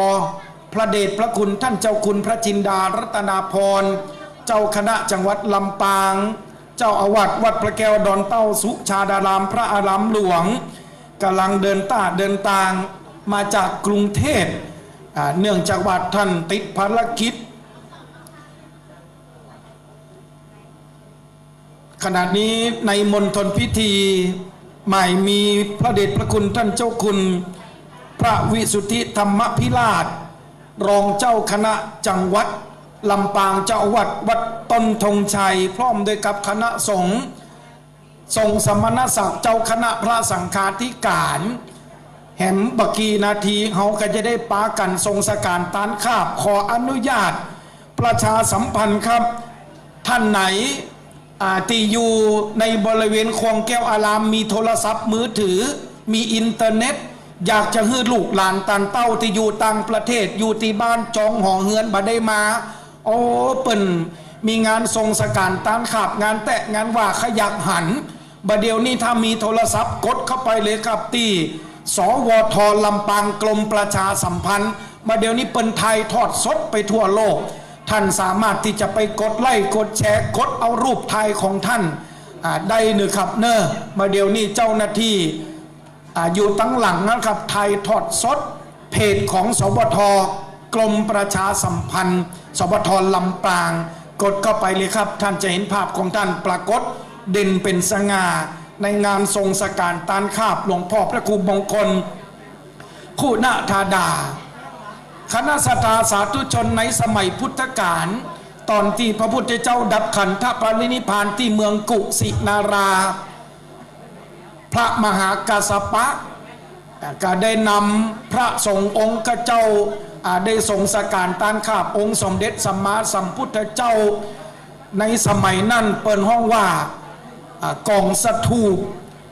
กองสถูปเป็นกองดินที่มีความสูงเกิน8เมตรทับต่ำกว่า8เมตรนี่เปิดห้องว่าสถูปเวลาจะสร้างพระธาตุต้องเกิน8เมตรสรีระสังขารขององค์สมเด็จสัมมาสัมพุทธเจ้าในพระไตรปิฎกว่าด้วยหมวดของนิพพานสูตรกว่าด้วยเรื่องราวของการถวายพระเพลิงองค์สมเด็จสัมมาสัมพุทธเจ้ามีการสวด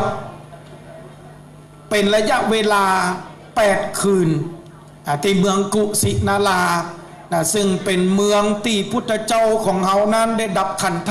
ปรินิพพานการทรงสการตานคาบจึงมีมาตั้งแต่ครั้งนั้นหลังจากที่ได้ถวายพระเพลิงพระมหากัสสปะก็ได้แบ่งพระบรมสารีริกธาตุคือกับพระเจ้าแผ่นดิน6 องค์ด้วยกันในชมพูทวีป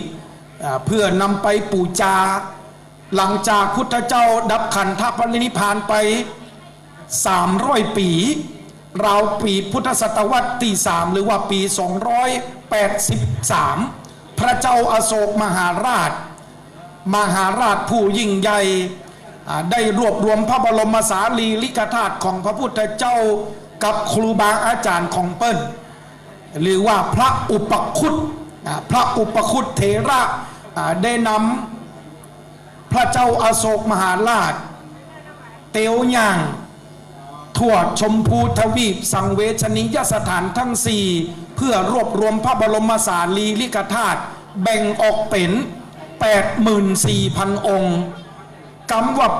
84,000 องค์ในที่นี้ก็คือพระบรมธาตุเจดีย์เพราะฉะนั้นแล้วพระเจ้าอาโศกก็ได้สร้างองค์พระบรมธาตุเจดีย์ 84,000 องค์ได้บรรจุพระบรมสารีริกธาตุของพุทธเจ้าปักเสาอโศกไปทั่วชมพูทวีปและก็ได้ฮือสมณะสากยบุตรเก้าสายเผยแผ่พระพุทธศาสนามาจนถึงแผ่นดินสุวรรณภูมิสายตีเก้าเฮาจึงได้รับอิทธิพลพระพุทธศาสนาตั้งแต่ในยุคสมัยทาวารบดีตั้งใต้สุดห้องว่าอาณาจักรศรีวิชัยยาวไปจนถึงอินโดนีเซียเกาะชวาที่ปรากฏจดเจื้อองค์พระบรมธาตุเจดีย์ที่สร้างมาจากหินไฟ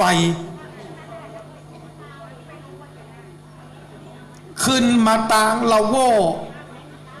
มาตังหลิพุนชัย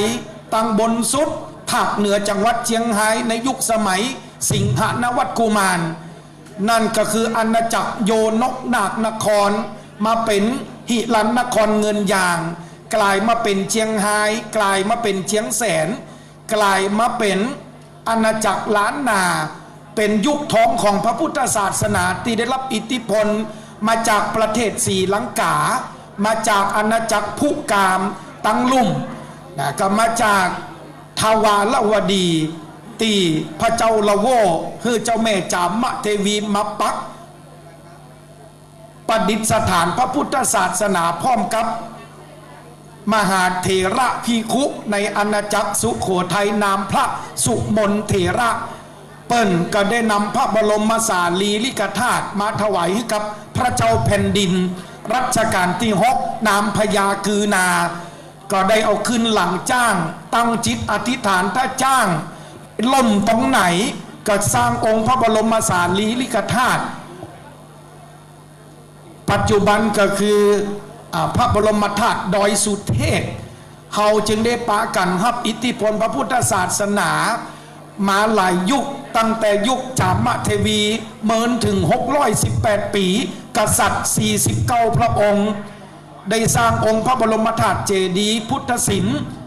สวยสดงดงามคล้ายๆกับปราสาทขับหลวงพ่อพระครูมงคลคุณธาดาเพียงแต่ปราสาทของพระครูบะมียอดนั่นคือรูปแบบขององค์พระบรมธาตุศรีหลิพุนชัยปีพุทธศตวรรษที่16หลังจากนั้นราชวงศ์มังรายแห่ม218 ปีพระเจ้าแผ่นดิน15 พระองค์ก็ได้สร้างองค์พระบรมธาตุเจดีย์ปราสาทแก้วปราสาทคำเป็นช่องซุ่มจารน้ำที่รับอิทธิพลองค์พระบรมธาตุจากอาณาจักรพุกามเพราะฉะนั้นบ้านเฮาเวลาจะแปลงปราสาทหรือว่าลองก็จะแปลงตามรูปแบบขององค์พระบรมธาตุเจดีย์ด้านบนสุดก็จะมีเสวตฉัตรบ่งบอกถึงวรรณะของพระพุทธเจ้าบ่งบอกถึงวรรณะของตุเจ้าครูบาบ่งบอกถึงวรรณะของเจ้านายฝ่ายเหนือเมื่อเฮาท่านทั้งหลายคนบ้านคนดิบได้หันเจ้านายฝ่ายเหนือได้แปลงปราสาทแก้วปราสาทคำจึงได้ทำตามแต่ก็มาได้ทำอันใหญ่เหมือนกับตุเจ้ากับเจ้านายฝ่ายเหนือและบะมีปราสาทแจงเพราะฉะนั้นเจ้าล้านนาบ้านเฮาเป็นเจ้าล้านนาภาคเดียวในโลกนี้นะครับพี่น้องจะไปกรุงเทพพี่น้องจะไปต่างประเทศเวลาเปิ่นทรงสการตานคาบชาปนกิจประชุมเพลิงไม่ใช่มีหรอจงภูมิใจเนอะพี่น้องเนอะเกิดมาในแผ่นดินล้านนาทรงสการตานคาบเป็นอัตลักษณ์วัฒนธรรมประเพณีเชิงพุทธจำเพาะของอาณาจักรล้านนาตะวันเนี่ยครับปราสาทแก้วปราสาทคำเป็นของนำกลิ่นน้ำตาลเหาะเหินขึ้นฟ้าการขึ้นบนสวรรค์เป็นดังแป้นกระดานคำไปฮับไปขวางประตูอบายตั้ง4มีตีอยู่มีตีสถิตมีพระพลาตีอยู่ ที่ประทับอันนี้ก็เป็นหลักความเชื่อในทางพระพุทธศาสนาที่มีมาตั้งแต่เกิดจากหักเงาของเฮาเจ้าเหนือเป็นเอกลักษณ์การนักล่ำเหลือสืบสายใยเครือกันมาอย่างเฮาเป็นคนเมืองใหญ่ในเมืองนี้ภาษาเฮามีอ่านใจคนภาคอื่นเปิ้นหันเปิ้นยังอยากจะได้แต่เปิ้นยะบ่ได้เหมือนเฮาเพราะฉะนั้นแล้วจะมีเฉพาะแผ่นดินล้านนาตะวันเมื่อมีการจากการจรทรงสการตานขาบก็จะมีปราสาทแก้วปราสาทคำที่เห็นตั้งเด่นเป็นสง่านี้ห้องว่าปราสาทปากกบาลหลังกายคือไม่มียอดเนื่องจากว่าวัดสีล้อมเป็นวัดที่คับแคบเพราะฉะนั้นแล้วคณะสงฆ์จึงได้เห็นพ้องต้องกันว่าปราสาทของหลวงพ่อสมนี่เขาใจเป็นปราสาทแบบปากกบาลหลังกายปากกบาลรูปทรงก็จะเป็นแบบธรรมาสมนดบมีตีนขันเป็นมนดบบักเกาการโดยกระดูกงูสามจั่นศาลาสกุลช่างแม่ท่าน้ำสลาต้อมวังเงินดอกไม้ไฟสรรสร้างรังสรรค์ริศนาเป็นปราสาทเกิมคำว่าเกิมในที่นี้คือผสมผสานกับล้านนาและล้านช้างเชียงตุงเชียงยอง12ปันนาพระเจ้าแผ่นดินพระเจ้าเชียงใหม่นามพญากาวิระลูกหลานของป่อเจ้าฟ้าแก้วปิยราชโอรสของป่อเจ้าติดจ้างในยุคสมัยนั้นเป็นเจ้าเมืองลำปางจับจังหวะตีวัดได้แป่งพอดีก็คือปี 2356 พระเจ้ากาวิระเปิ่นยังอยู่ลำปางอยู่เพราะฉะนั้นวัดสีล้อมนะครับเกิดขึ้นในช่วงของรัชสมัยพระเจ้ากาวิระอันนี้เป็นวีรบุรุษของเจ้าล้านนาผู้ปลดแอกพม่ารามอนออกจากแผ่นดินล้านนากับพระเจ้าธนบุรีหรือว่าที่เขารู้จักกันดีคือพระเจ้าตากสินมหาราชแห่ง15 ปีต่อมาพระพุทธยอดฟ้าจุฬาโลกจึงได้แต่งตั้งให้พระเจ้ากาวิระเป็นเจ้าเมืองเป็นเจ้ากษัตริย์ของล้านนาปกครอง57หัวเมืองสุดอาณาเขตไปจนถึง12ปันนาเรื่องราวของการทรงสการตานขับยุคเก็บผักใส่ซ้าเก็บข้าใส่เมืองยุคแป่งบ้านแป่งเมืองหลังจากที่พระเจ้าตองอูได้ยึดล้านนาลำปางเมินถึง217 ปีแต่ความที่เป็นพระพุทธศาสนาก็ยังจันลงยังคงไว้เต้าหอดจนถึงวันนี้จังหวัดลำปางจึงเป็นจังหวัดเดียวในประเทศไทยจังหวัดเดียวในโลกนี้ที่มีวัดพม่ามากที่สุดถึง31วัดนั่นก็เพราะว่ามีปอก้าชาวจีนชาวยองกลุ่มชาติพันธุ์ได้เข้ามาตีตั้งภาคเหนือบ้านเฮาในยุคของพระเจ้าตองอู217 ปีและผู้ปลดแอกก็คือคนลำปางของเฮานี่แหละครับนามพระเจ้ากาวิระนอกจากนั้นแล้วมีกษัตริย์แห่ง9 องค์สุดท้ายของลำปางคือเจ้าบุญยวาทวงมานิตเป็นเจ้าผู้ของนครลำปางปีพาดละนาดกองป้อครูใหญ่สยามบันเทิงศิลป์ช่วยบรรเลงโหมล้มปราสาทไหวสักตอนเดอปอเนอร์ปีพาดละนาดกองเสียงเด่นดังอัคระฟังชัดต้องปีพาดยิ้มสยามบันเทิงศิลป์หนอสปะสเปดกล้วยเตดมะละกอจุ่มใจแต่หนอได้ฟังเรื่องปีพาดขีตะล้านนาแน่นดุดดังมนต์ขลังชื่อเสียงกระดงดังยิ้มสยามบันเทิงศิลป์เรื่องราวของขีตะล้านนาก่อกำเนิดเกิดขึ้นในยุคท้องของแผ่นดินล้านนาก็คือพญาแก้วกษัตริย์องค์ที่11ของแผ่นดินล้านนาราชวงศ์มังรายซึ่งเป็นยุคทองที่สุดนะครับขณะนี้เรากำลังรอพระสงฆ์องค์ข้าเจ้าตอนนี้หลวงตะกี้ว่าจะหมดแล้วมาเดี๋ยวมาต่างอย่างต่างยิงอยู่ที่นี่แห่งปุกหนึ่งนี่ปุกสุดท้ายเนาะ ปุ๊กสุดท้ายแล้วเนี่ยหมดแล้วหมดเลยนะวันนี้กับผมนานคนบะเกาเข้าบาตานมาเป็นโคศกศาสนาพิธีกับปออาจารย์นานเคลื่อนเป็นมูอยู่กันเป็นกองยังโคเลยน้องเดือน8เดือน9บวชเหมือนไปน้อยสาวน้อยบสนน้องสาวหน้ามนต์ช่างคนทำจ้อยวันนี้ปอน้อยปอนานมากันนักอาจารย์นันพันธ์อาจารย์นันสีไว้อาจารย์จีรศักดิ์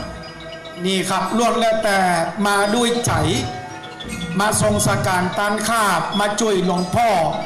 ปันกันอู้คนน้อยหากินกับกำอู้กำจ่าตึงเจียแม่หากินกับกำปากกำอู้มาตั้งเพศเด้อแม่เนอะหลวงก้อมพาพรตอนสบายลดราคาพิเศษลดแลกแถม1แถม2สาวบาทต่ออัน1ก็คือผ้าไตร2ก็คือหลวงเงินหลวงคำตอนนี้ลดแลกแถมครับซื้อ1แถม2ครับสาวบาทต่ออันสาวบาทต่ออันสาธุไผ่ลูกมาปูจาคนแหละขอให้ถูกหวยรางวัลที่1สาวล้านนะครับเด้อโอ้อีปีทั้งฝั่งลูกดูปันก้นนะมาทั้งแม่อมเพียงเสียงคาถาขจายม้าซบตาเกี่ยวก้อยเป่าคาถาว่ามาเป็นถ้อยตามเสียงล่องลอยผ่านฟ้าคนฮักคนหลงคอจงอย่าได้จ้ามาปูจ้าผ่อนผ้าสักคนคือคณะกรรมการโจกดีสักผลเสกลายเวทมนต์คือกับกรรมการมาตั้งแม่มาปูจ้าเดอแม่เนอะหมดแล้วหมดเลยนะท่านจะได้หลัว2ก้อมผ้าพรตอนสบายเพื่อจะได้เป็นแก้วเป็นคุณกับหลวงพ่อท่านพระครูมงคลคุณธาดามาตั้งเพศเดือแม่เนี่ยปีสีดีละปูจาหรือยังปีทีรีพอรอคำปอคำปองมาตั้งเพศแม่อ๋อไอ้กำเบ่งสาวมาตั้งปุ่นแน่นแท้กว่าไอ้นานตักสวัสดีเจ้าแม่มาตั้งเพศแม่มาปูจาเพศเดือแม่เด้อหมดแล้วหมดเลยครับเทียบเท่าเป็กตุบวชพระ1 ต่อ 1 องค์เขาเป๊กตู้บทพระเสียงเงินจะเป็นหมื่นเป็นแสนวันนี้เสียงสาวบาทอีแม่อ๋อนี่เปิ้นฮื้อร้อยเปิ้นมาทำเงินทอนกับมาต้องทอนกรรมการมาต้องไปมือปึกกรรมการมือปึกถามมาเท่าใดเจ้าเปิ้นฮื้อแบงค์ร้อยมาต้องทอนนะแม่โอ้สาธุคิดเงินก็ได้เงินกึดทองก็ได้ทองแม่มาตั้งเพศแม่มาตีตัวเจ้าเพศแม่อ๋อสาธุอีแม่ฮับปอนกับแม่เนอะสาธุคิดเงินก็ได้เงินขึ้นทองก็ได้ทองรับปบเงินหมื่นตื่นปบเงินแสนวันไหนอีแม่ซื้อหวยแกนได้สัก30-40 แสนกับแม่เนอะมาตั้งเพศแม่อ๋ออุ้มลูกน้อยกีบแอลตอนนี้หมดแล้วก็หมดเลยเนอะพาผ่อนตอนสบายไตบังสกุลอีปีแถมเพื่อเปิ้นแถมดุนหรอนี่ไอ้นานแถมเพื่ออีปีเนอะหลวงเงินหลวงคำมันกู้กันอีแม่ไอ้ปีพร้อมจะได้ปี100ก็เอาพร้อมกันเนอะสัพพิติโยอายุวันโนสุขังพลังคิดเงินก็ได้เงินคือทองก็ได้ทองรับปบเงินหมื่นตื่นปบเงินแสนวันพุกวันหื้ออีปีซื้อหวยถ้ามันแก่ได้สัก30-40 แสนได้อีปีเนอะมา2 รอบเพราะผู้จานโคศกล่ะอีแม่ลูกบ้านไหนมาแม่มาจากกรุงเทพพุ่นกันหมดแล้วก็หมดเลยเนอะปีสีที่ลักว่าวันนี้ผู้จ้า2 รอบมากับน้ำเสียงนานคนบะเกาเข้าบาตานหากินกะคำปากถึงเยอะแม่ปาก8ปากเป็ดปากเผ็ดปากโคกปากจกโลกนี่ปากมาปากจ้ากับปากปึกปากเป็นน้ำมึกปากกาปากบะอู้บะจ่าปากประตูปากกินหนูกับปากแมวปากเปียงแอวกับปากคองปากดังวงนี่ปากองปากสมาเตอะปัญใจลงสูงปากแม่น้ำได้ความสกรรมล่ะปากใจลงสูงปากแม่น้ำปากแดงปากจำปากนักมวยปากปลาหล่ำปลาโรยปากปอก้าแม่ก้าปากชอบตีชอบต้าปากชิโกปากอยู่ในโหลปากลูกอมปากเป็นนมปากละอ่อนน้อยสมาเตอะปากยืนปากห้อยถ้าบ่มีเต็มนี่กับตัวเนาะมี ปากยืนปากห้อยอยู่กรุงเทพปุ่นปากไผ่หอปากพี่โนตเชิญยิ้ม ปากยืนปากห้อยปากไอ้โนตเชิญยิ้มปากจิ้มลิ้มปากเสารุ่นปากอุ่นกับปากหม้อแกงปากแดงปากตะกะแตนเข้า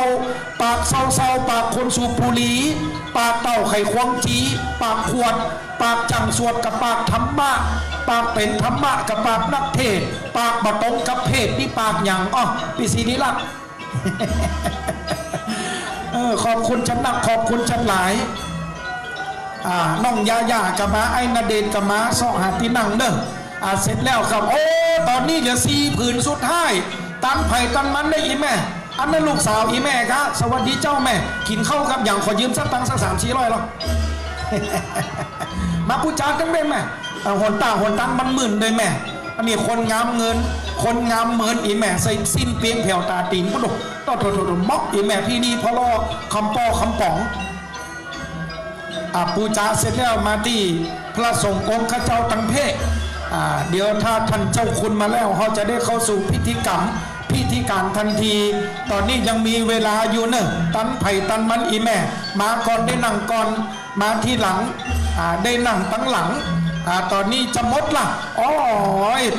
คณะกรรมการก็เอามาน้อยแตะน้อยว่าวัดแตะวัดว่ายังมาเอามัดหนักเอาเหลือ3 ผืนสุดท้ายแล้วครับตันไผ่ตันมันเลยอีแม่เนอะปุ่นเปิดมาตั้งหลังปุ่นไงกรรมการไปซื้อตีล้านสังฆพันธ์มาตันอยู่หรอมาหมดแล้วก็หมดเลยไปซื้อไปขายละมาเลยครับตอนนี้เหลือ3 ผืนสุดท้ายสุดลดแลกแจกแถมซื้อ1 แถม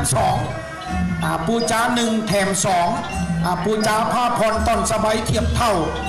บวชตู้เปกผ้าขอบคุณปีศรีรัตน์เนี่ยพี่ลีพอรอคำปอคำปันสหาตีนั่งสหาตีย้อมกันครับเชิญเจ้าลูกไหนมานี่ลูกนี้มาไหนอาจจะไปตั้งใดลูกไหนมานี่ปูจาตั้งเพศแม่ตั้งเพศเดปีเนอะวันดีเจ้ากระเป๋าเลยจัดงามเนาะต้อโรตาไอ้หนักก็แซมหูแซมตาล้านขายยามาตรงนี้ก็อย่างหออีแม่ใส่ท้องว่าเหลียตู้ท้องเคลื่อนที่กว่าอีแม่ไอ้หนันแซมตา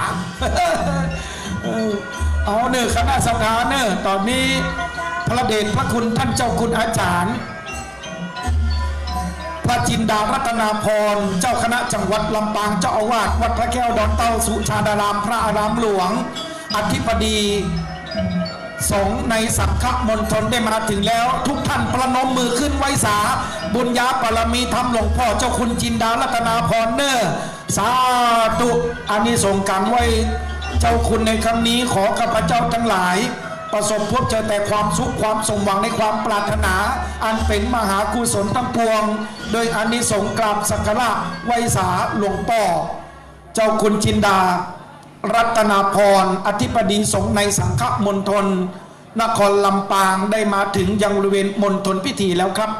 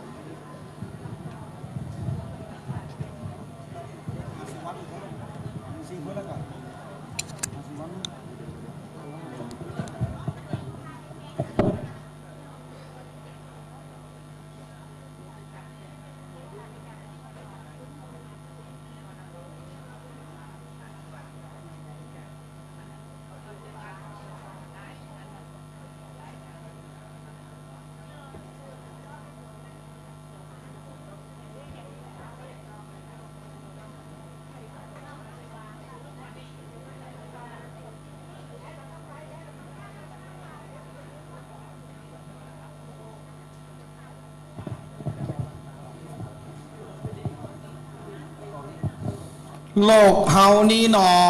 พอดูหยอกย้อนดูนักดูคอนสะท้อนจิตใจบึดระทมตุกบึดกลับชื่นใจเป็นละครในโลกาโลกกว้างสูงตามปานกลางไผบ่ได้ตกแต่งสร้างหักกำนำต่างแต่งคิดหรือพรหมลิขิตแบ่งเส้นชีวิตให้มีบทบาทถ้อยลีลาโศกเศร้าต่ำคล้อยโดยวาสนาคนเฮาเกิดมาก็เพียงเต้าอี้กราบนมัสการท่านพระคุณเจ้ามหาเถระภิกขุพระเดชพระคุณท่านเจ้าคุณพระจินดารัตนาพรเจ้าคณะจังหวัดลำปางเจ้าอาวาสวัดพระแก้วดอนเต้าสุชาดารามพระอารามหลวงองค์ประธานในพิธีไฟสงฆ์ในมหาเถระสมาคมมณฑลพิธีแห่งนี้ด้วยความเคารพอย่างสูงยิ่งกราบนมัสการพระมหาเถรานุเถระเจ้าคณะพระสังฆาธิการพระสงฆ์ทรงสมณศักดิ์ทั้งนั้นด้วยความเคารพอย่างสูงยิ่งคณะศรัทธาสาธุชนบัดนี้ได้เวลาแล้วที่จะเริ่มประกอบพิธีทรงสการตันข้าบหลวงพ่อพระคุมมงคลกุณธาดา อดีตสมภารเจ้าอาวาสวัดศรีล้อมตำบลเวียงเหนืออำเภอเมืองจังหวัดลำปางในโอกาสนี้ในนามพุทธศาสนิกชนพุทธบริษัทขอได้รับเกียรติจากท่านสท.สุบินชุ่มตาประธานสภาเทศบาลนครลำปางได้เกียรติทอดผ้าไตรบังสกุลไตรที่หนึ่ง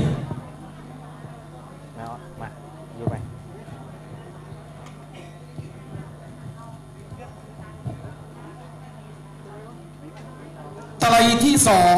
ขอได้รับเกียรติจากคุณธีรเดชจังตระกูลไตรที่สามขอได้รับเกียรติจากคุณชาตรียศสมแสง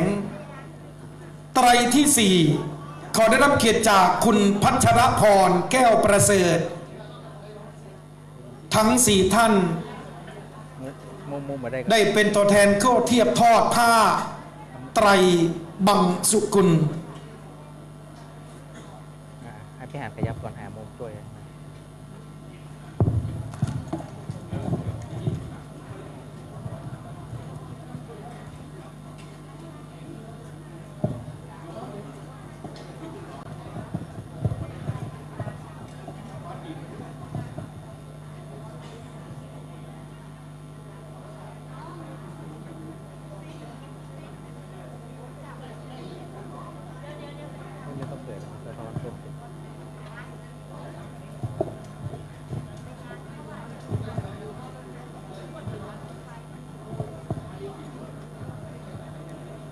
ลำดับต่อไปกล่าวขอโอกาสกราบอาราธนาในเมตตาธรรมมหาเถระภิกขุองค์ประธานในพิธีฝ่ายสงฆ์พระเดชพระคุณท่านเจ้าคุณอาจารย์พระจินดารัตนาพรเจ้าคณะจังหวัดลำปางเจ้าอาวาสวัดพระแก้วดอนเต้าสุชาดารามพระอารามหลวงได้เมตตาพิจารณาผ้าไตรที่หนึ่งไตรที่สองพระเดชพระคุณท่านเจ้าคุณอาจารย์พระวิสุทธิธรรมพิราชรองเจ้าคณะจังหวัดลำปางเจ้าอาวาสวัดต้นธงชัยไตรที่สามอาจารย์พระมหานพดลสุวรรณเมธีเจ้าคณะอำเภอวังเหนือเจ้าอาวาสวัดบรรพตสถิตผู้อำนวยการวิทยสงฆ์นครลำปางไตรที่สี่ด็อกเตอร์พระครูสิริรัตนโสภิตรองเจ้าคณะอำเภอเมืองลำปางวัดพระแก้วดอนเต้าสุชาดารามพระอารามหลวงทั้งสี่รูปได้เมตตาพิจารณาผ้าไตรบังสกุลกราบอาราธนาด้วยความเคารพอย่างสูงยิ่ง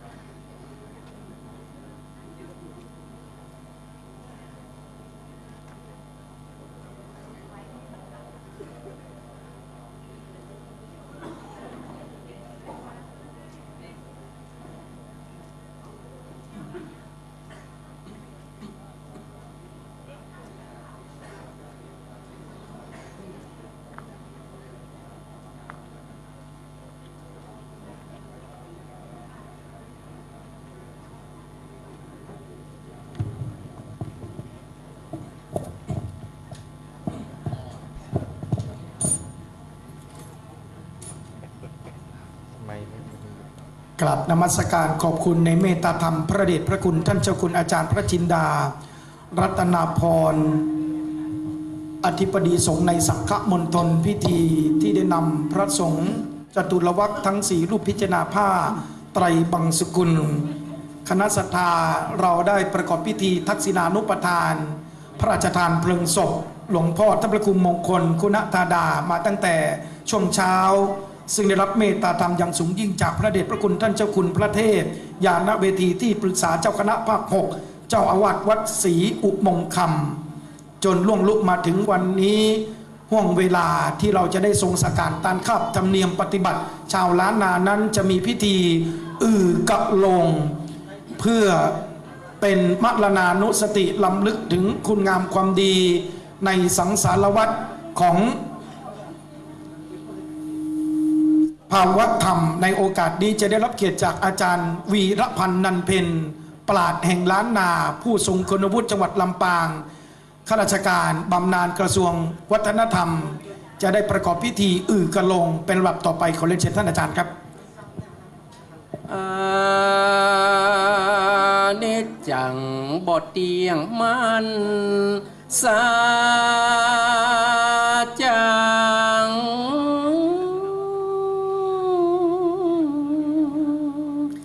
ตายเกิดดับพินพังเงียงความพระเดชพระคุณหลวงปู่พระครูมงคลคุณนาถาดาตนบุญกว้างยังบ่อยู่เขินข้างเนานานเจริญเทวดาเทพไทยโปรดได้ส่องหูเล็งหา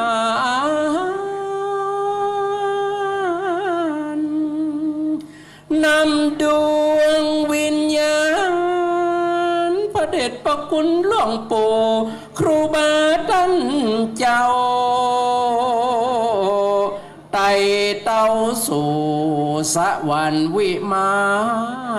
นบนเป็นเทวบุตรตนเอกอ้างเสพสร้างเสวยพร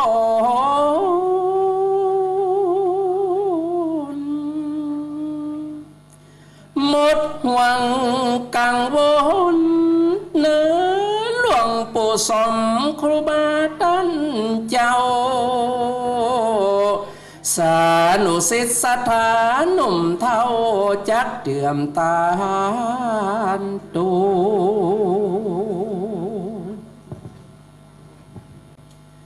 ตุกโศกไม่ได้มาลายถ่ายทอนเสวยสุขถาวรเมืองอมรเมฆฟังสานุสิทธิตู่ค้างขอขมา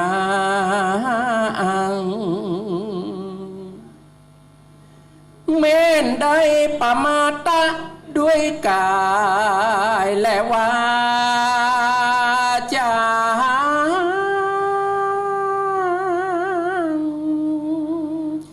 มโนมนาพิษผวนแบบเบาขอดวงวิญญาณหลวงปู่สมท่านเจ้าปดโตดโปรดคุณนา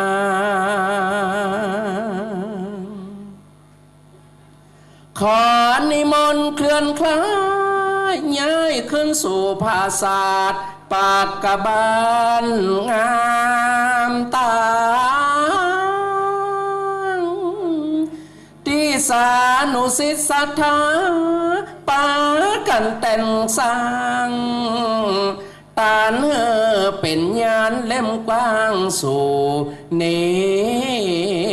รปานเม้นปารมีทำไปเต้นกลางได้ไว้นามาเกิดในโลกสองสารขอนิมนต์ดวงวิญญาณมาเกิดตาเก้าม่วงสีล้อมแห่งห้องมาเป็นเจ้าปีนายน้องส่องเสพปารมีธรรมข อประเด็จประคุณหลวงปู่ครูบามงคลคุณธาดาได้โปรดจอดจานมูลศรัทธาจะปฏิบัติตามคำหลวงปู่ครูบาท่านเจ้าสานุสิทธิ์นี่เราจักอยู่กำสาสนา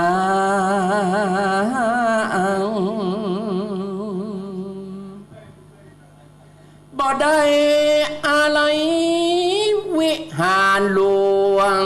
และศาลาหมู่จุมศรัทธาจักช่วยกันเตื่อมตุมสีละวอมขวังคมเฮือเป็นอารามหมู่ศรัทธาบ่ได้พระมาดแก้วเจ้าหนอต่างสามจักช่วยกันปฏิบัติอารามบ่ฮือมองมนเศร้าจักช่วยกันถึงสององค์เน้นศรัทธาตั้นเจ้าเหมือนหลวงปู่สมยังอยู่เนินนานขอหลวงปู่สมได้ห่วงหาอะไรจุงปองวางจิตใจดังอันศรัทธาสีล้อมนี่นั้นจักสมานสามาคี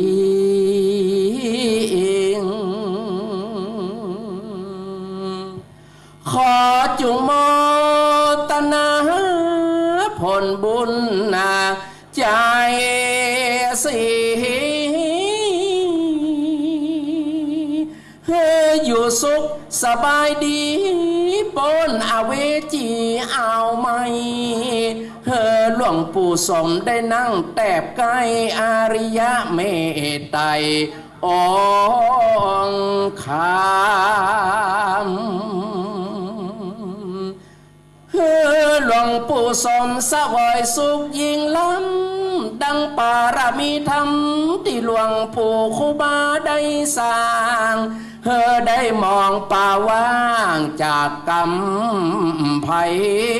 เวน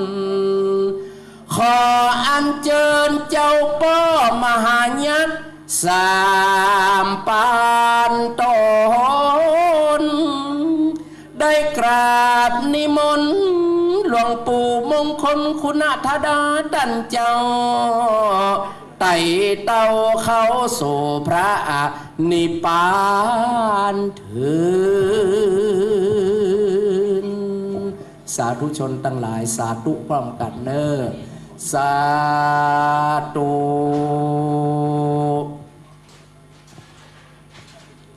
ลำดับต่อจากนี้พระสงฆ์ทรงสมณศักดิ์เจ้าคณะพระสังฆาธิการโดยท่านพระครูวรเวทอินทพิทักษ์เจ้าคณะตำบลพระบาทเขต3เจ้าอาวาสวัดศรีเกิดจะได้นำพระสงฆ์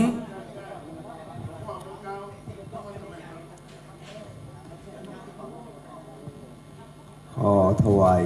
ความเคารพสักการะ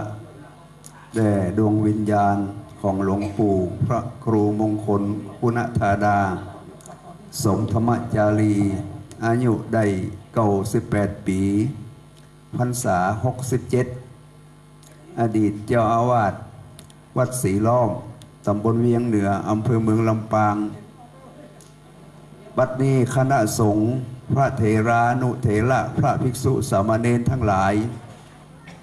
และศรัทธาญาติโยมพุทธศาสนิกชนลูกศิษย์ลูกหาทั้งหลายทั้งไกลและไกลได้มาพระสุมจุมนุมกันณสถานขวงแก้วแห่งวัดศรีล้อมแห่งนี้ เพื่อจะประกอบพิธีประชุมเพลิงศพหลวงปู่พระครูมงคลคุณธาดาภาคกลางวันก็ได้ประกอบพิธีพระราชทานเพลิงศพบัดนี้จะได้ประชุมเพลิงศพเพื่อให้เสร็จสิ้นไปตามประเพณีของเฮาเจ้าพุทธทั้งหลายหลวงพ่อพระครูมงคลเมื่อยังมีชีวิตอยู่ได้ประกอบคุณงามความดีไว้นักได้สร้างเสนาสนะถาวรวัตถุดูแลปกครองพระภิกษุสามเณรลูกศิษย์ลูกหามาโดยความเรียบร้อยดวงวิญญาณของหลวงพ่อจะไปสถิตสถานหน้าที่ใดก็ตามจงมารับทราบโดยญาณวิถีทางใดทางหนึ่งว่าบัดนี้ลูกศิษย์ลูกหาศรัทธาญาติโยมทั้งหลายได้นำเครื่องสักการะบูชาเขาตอกดอกไม้เพื่อมาสู่มากระวะแด่ดวงวิญญาณของหลวงปู่มาดแม่นว่าข้าพเจ้าทั้งหลายได้กล่ำกลายได้ล่วงเกินหลวงพ่อด้วยกายกรรมวจีกรรมมโนกรรมสัญจิตจะตั้งใจก็ดีและบ่ตั้งใจก็ดีมวลหมู่คาทั้งหลายก็ขอสู่มากระวะยกโทษให้แก่มวลผู้คาทั้งหลายและขอดวงวิญญาณของหลวงปู่จงไปสถิตสถานในภพภูมิสูงยิ่งขึ้นไปบัดนี้คณะสงฆ์และคณะศรัทธาญาติโยมทั้งหลายก็จะได้นำกล่าวคำขอขมาลาโทษแด่ดวงวิญญาณของหลวงปู่ณบัดนี้วันทามิพันเตสาพังอาปาราทังคามาจาเมพันเตมายากาตังปวนยังสามินาอนุโมทิตาพังสากาตังปวนยังไมหังทาตาพังสาธุสาธุอนุโมทามิวันทามิพันเตวังอาปาราทังคามาจาเมพันเตมายากาตังปวนยังสามินาติตาพังสามินากาตังปวนยังไมหันตาจาวาสาธุสาธุอนุโมทามิวันทามิพันเต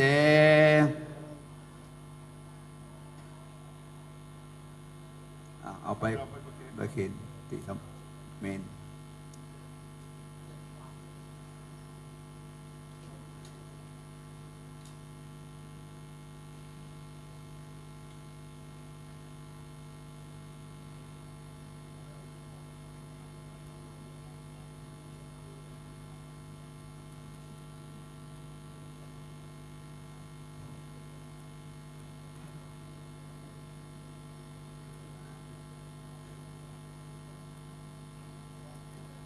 สัพพังอาปาราตังคามาทาเมพันเต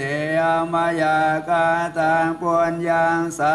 มินาอนุโมทิตาพังสามินากาตังปวนยังไมหันตาตาพังสาธุสาธุอ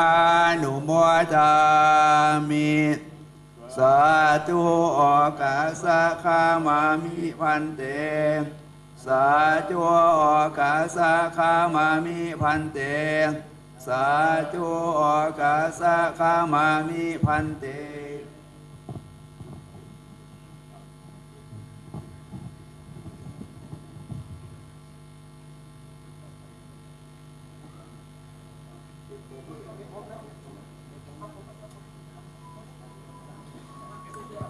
กับขณะนี้คณะสงฆ์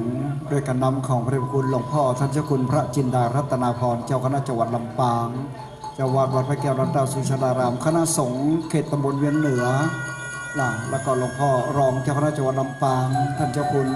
พระวิสุทธิธรรมาภิราชวัดต้นธงชัยก็ได้ทำพิธีสามิจิกรรมหรือว่าขอขมาลาโทษวันทาต่อหน้าศิลปะสังขารของหลวงพ่อเป็นที่เรียบร้อยแล้วนะครับลำดับต่อไปก็จะได้พิธีการจุดนะครับกองไฟเข้าสู่ปราสา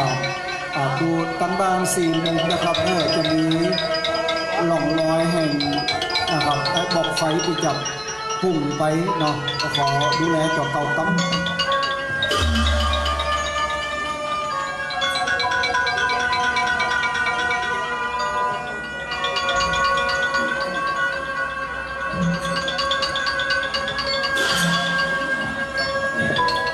ขณะนี้อยู่ในช่วงที่เราจะ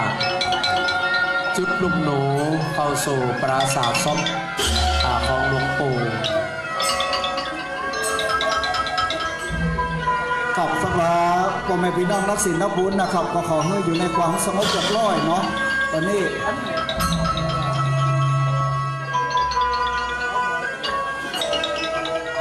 กับตอนนี้พร้อมแล้วนะครับ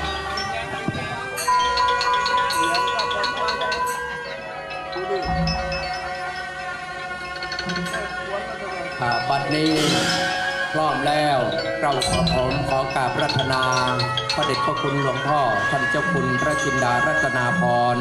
เจ้าคณะจังหวัดลำปางประธานสงฆ์ได้มีเมตตาจุดลูกหนูเข้าสู่ปราสาทศพต่อไปไว้สาเจ้า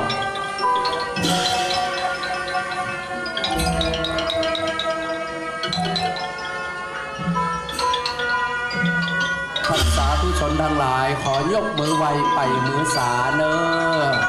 ชีวิตของคนเฮาก็เตาอีละบ่มีอย่างจักเที่ยงมันจีหลังเกิดขึ้นตั้งอยู่และกระดับไปเป็นไปตามหลักของไตรลักษณ์อนิจจังทุกขังอนัตตาพระเดชพระคุณหลวงปู่ท่านพระครูมงคลคุณธาดาเป็นพระมหาเถระมีอายุพรรษานับประการเป็นไปตามธรรมดา พุทธัสสะนะโมภะคะวะโตอะระหะโตสัมมาสัมพุทธัสสะนะโมตัสสะภะคะวะโตอะระหะโตสัมมาสัมพุทธัสสะกุศลธัมมากุศลธัมมาอัปปยากตาธัมมาคัตตาเบตัมกุศลายะสมิสัมมาเยกะบาวจาระกุศลจิตตาอุปันดาโหติโสปันนัสสะสะกะตายานาสัพพยุตตารูปารามะดาวาสัทธารามะดาวากันดามะดาวาราสารามะดาวาพุทธปารามะดาวธรรมารามะดาวายังยาวาปดาราปัตสมิปะเยปัสโสติอาวิเกโปติเยวาปนัสสะสมิเยปิอาติปฏิจจสัมมุปปันนาอารูปิโนอิเมตปาปุสาราปัจจกันตารูปกันโตเวทนากันโตสัญญาสังขารากันโตวิญญาณกันโตตัตตะกะโมรูปกันโตยากิจิรูปังอาติตากัตตะปัจจุปันนังอัจจตวะปะยิตาวะโอราริกาสุขุปวะหิตาวะปะนิตาวะยังตุเรวะสันติเกมตัตเตกัจฉังอภิสัจจุอิตาวะภิสังกิปิตังอายังอุจจติรูปกันโตสังฆโหอาสังฆโหสังฆอิเตนะสังฆอิตังสังฆอิเตนะสังฆอิอาสังฆอิเตนะสังฆอิตังสัพพโยโกวิปัยโอสัพพยุตเตนะวิปยุตตาวิปยุตเตนะสัพพยุตตังอาสังฆอิตังจะปัญญาติโยกันดาปัญญาติอาญาตันดาปัญญาติยะติอินติยะปัจยติบุคาราติกิตาวัตตาบุการาดาบุการาปัญญาติสัพพยาวิมุตโตอาสัพพยาโลกุปัตตโมอากุปัตตโมปริหานะตโมอาปริหานะตโมเจตนา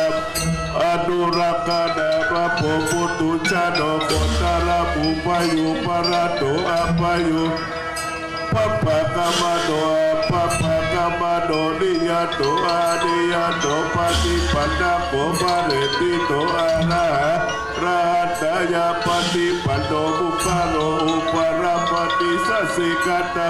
นะมะเตนะ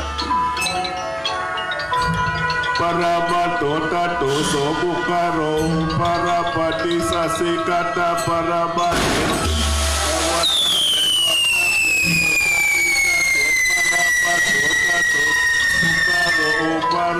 ปิสสิกานาปนาปะเตนาติปิจะเยเกจิกุสารานากุสารามูลาเยวปนากุสารามูลาสัพเพเตนะปะกุสาเยเกจิกุสารานะปะสัพเพเตกุสารามูเลนะเอกะมูลาเยวปนากุสารามูเลนะเอกะมูลาสัพเพเตนะปะกุสาราเหตุปัจจโย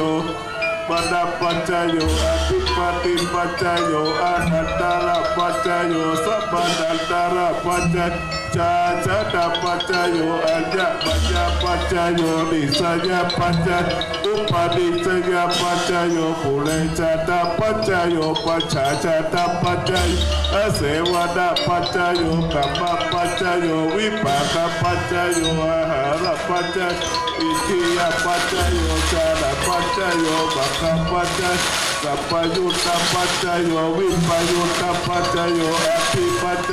สัพพิปัจจโยวิกัตตปัจจโยอวิกัตตปัจจโย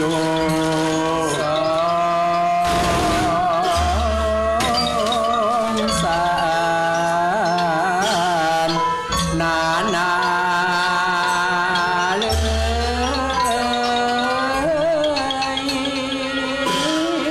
ยมันแสนจะยากยุ่งยากยุ่งเหมือนสายใยแม่งกามโป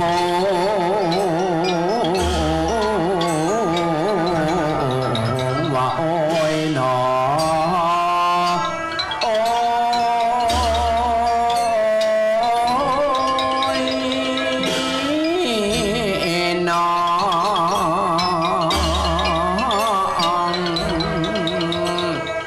สั่งมา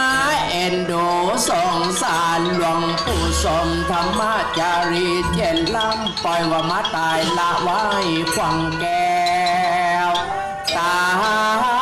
งสา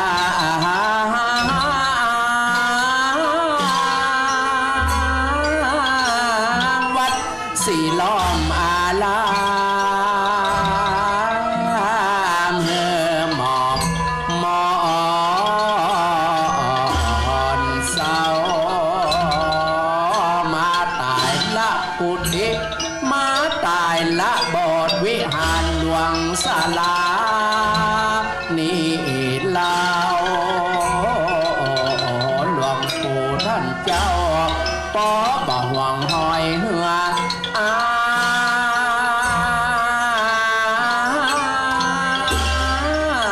อะไร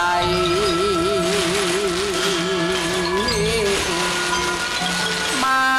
ตายละยังป่อเจ้ามหายักษ์สามปานาโต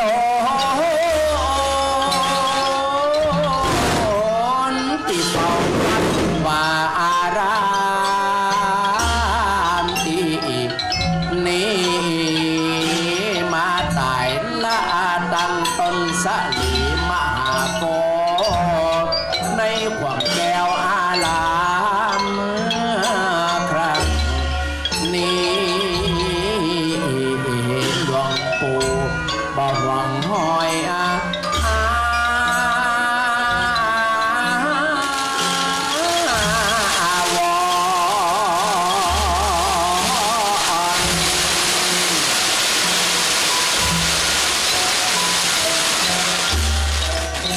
หลวงปู่ลาแล้วลาขวังแก้วสีร้อนตางสา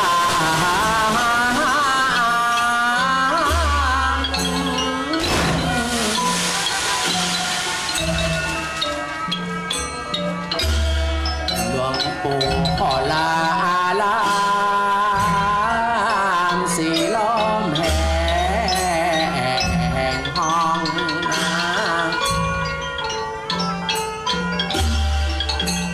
ลาถึงลูกศิษย์ลูกหาพระสงฆ์องค์เน้นเจ้าสัทธาพี่น้องหลวงปู่ขอลาเนอ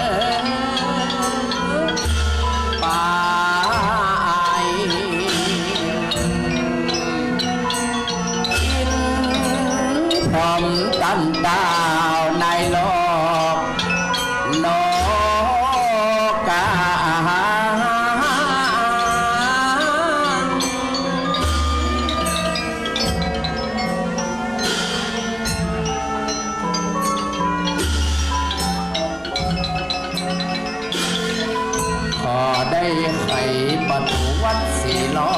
มนันนาขอกราบขอบพระคุณพระเดชพระคุณหลวงพ่อท่านเจ้าคุณพระจินดารัตนาพรพระเดชพระคุณหลวงพ่อท่านเจ้าคุณพระวิสุทธิธรรมภิราชพร้อมโดยเจ้าคณะพระสังฆาธิการพระเถรานุเถระเจ้าทุกรูปต่อจากนี้ไปจะมอบเวรประเคนหมายให้ท่านดร.กตัญญูเรืองตุลและก็ท่านดร.จิรศักดิ์ปัลลัมได้มิตรท่ายครับ ขอบคุณครับท่านอาจารย์วิดาพันธ์นันเพนปราดแห่งล้านนา เจ้าพิธีการแห่งเมืองเขลังนครข้าราชการบำนาญกระทรวงวัฒนธรรม ที่ได้อือกระลงห่ำกาบสงสาร โลกเฮานี่หนอ พอดูยอกย้อน ดูนับดูคอนสะท้อนจิตใจ บึดระทมตุกบึดกลับชื่นใจ เป็นละครในโลกาโลกกว้าง สูงต่ำปานกลางไผบ่ได้ตกแต่งสร้าง หากกำดำต่างแต่งคิด หรือพรหมลิขิตแบ่งเส้นชีวิต เพื่อมีบทบาทถ้อยลีลา โศกเศร้าต่ำคล้อยด้อยวาสนา คนเฮาเกิดมาก็เพียงเต้าอี้ทำมาหากินเลี่ยงต้องเลี่ยงใส่คือปออยู่ใดเป็นมื้อเป็นวันกึดพ่องเติมครับคนเฮาบางครั้ง ก็เหมือนรับฝันหันปักกันตึงวันก็จากกันไปจ้อย ชีวิตคนเฮาก็เปรียบเสมือนกับหิ่งห้อยบึดแจ้งบึดมอยเป็นครั้งเช่นใดบ่ตายตึงบ่ได้ยั่งก้อยฮิก้อยสร้างกันไป บางคนขับรถปิกอัพกับหัวอกหัวใจ บางพ่องจะเตียวไปหัวใจบ่เศร้า บางคนชอบกินเบียร์บางคนชอบกินเหล้าเอาอย่างบ่แน่สักราย สิ่งตีแน่แต่ก็คือความตายเป็นเจ้าเป็นนายขวางอยู่ต่างหน้าอานิจจังทุกขังอนัตตาเตียงแต่ยังยืนนั้นบ่มีขณะนี้เขากำลังทรงสการตันขับหลวงพ่อท่านพระครูมงคลคุณธาดาเป็นมรณานุสติตามที่ออกในธรรมคำสอนบอกว่าจะเป็นปฏิจจสมุปบาทการเวียนว่ายแต่เกิดในสังสารวัฏกราบนมัสการขอบพระคุณในเมตตาธรรม เจ้าคณะพระสังฆาธิการพระสงฆ์ทรงสมณศักดิ์ตลอดจนถึงคณะสัตยาบรรดาพ่อแม่พี่น้องที่ได้มาร่วมกันทรงสการตั้งขับหลวงพ่อในค่ำของคืนวันนี้ ครับก็ขอให้บรรดาพ่อแม่พี่น้องนักศิลป์นักบุญพุทธศาสนิกชนคุณดีทุกคนนะครับมากันรับดีฝันดีมีโชคมีใจสุขภาพพระมัยอุดมสมบูรณ์อย่าได้มีตกอย่าได้มียากอย่าได้ลำบากอย่าได้มีโรคมีภัยสัพพทุกข์สัพพโศกสัพพโลกกับภัยขอให้ตกไปเตยไฟไหลไปเตยน้ำตกไปตามจ่องล่องไปตามแม่น้ำตามหลวงในแต่ละวันนี้อย่างนี้ก็ขอให้มีความสุขกายสุขใจทุกมีลาตีทุกการทุกผู้ทุกคนกินเตอครับครับหลังจากที่เราได้ทรงสการตันขาบหลวงพ่อแล้ว3 วันไปหน้าเขาก็จะมีพิธีกรรมพิธีการทางด้านศาสนาได้นำอัฐิของหลวงพ่อได้ต้มเขาจะได้ประชาสัมพันธ์ทำบุญครบ50 วันทำบุญครบ100 วันตามจารีตประเวณีอัตลักษณ์เชิงพุทธบ้านเฮาที่คลองแก้วอารามวัดสีล้อมเพื่อจะได้ให้คณะสัตยาได้มาร่วมกิจกรรมในวันดังกล่าว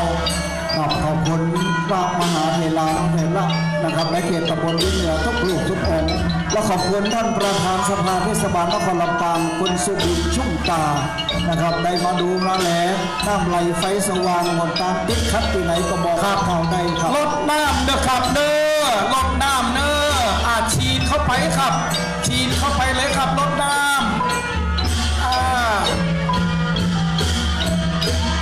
ลดน้ำเด้อครับเด้อฝังสลาพ่ออาจารย์นานต้มเอาไม้ไปกำเหียนตัวนานต้มเลย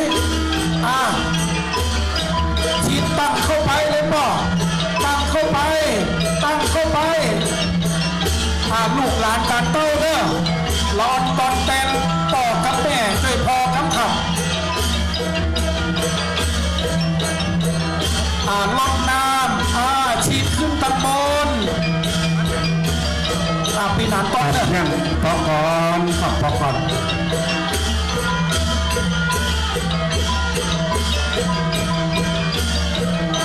ต่อก่อนครับน้ำครับโอ้ไม่ดีไม่งามสลาวังเงินดอกไม่ไฟน้ำสลาต้นผมหลังคาขอถามหน่อยนิดหนึ่งครับถ้าไผ่ที่อยู่กุฏิไม่หนีเนอะไผ่ที่อยู่กุฏิไม่หนีเนอะผมหลังคานะครับกุฏิไม่กินเนอะนะครับข้างรับเพลิงนะผมหลังคาเป็นคำนะครับน่าไผ่ที่อยู่หันหนีบันหนีเปียก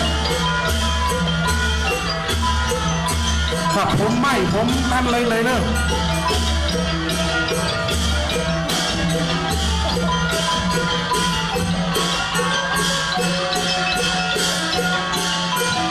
นะครับทั้งเหนือชีฝอยตั้งขึ้นเนอะนะครับลดน้ำทั้งเหนือ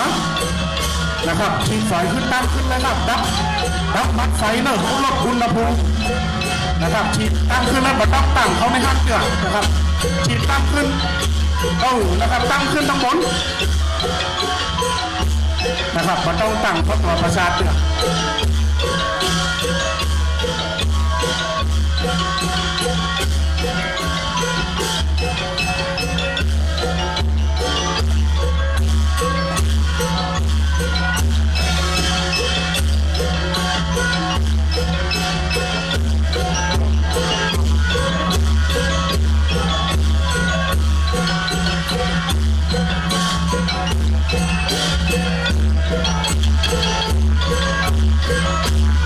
ขณะนี้เราถ่ายทอดสดอยู่นะครับที่สปท.ลำปางกรมประชาสัมพันธ์นะครับ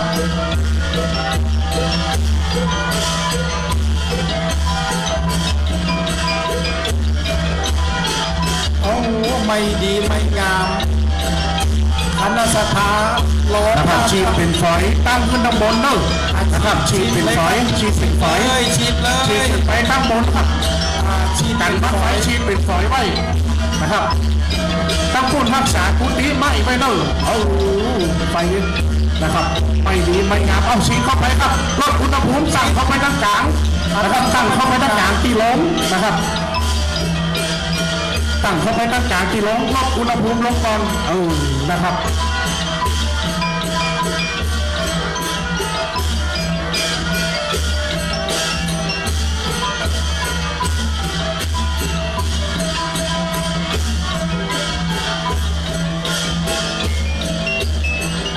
การตั้งเหนือเล่งแต้ๆเลยไอ้หัวนี่เล่งแต้ๆดับมัดไฟเลยเนอะก้อยเป็นไฟดับมัดไฟไปเลยครับมาต้องเอาเข้าต่อประสาทเลยเนอะ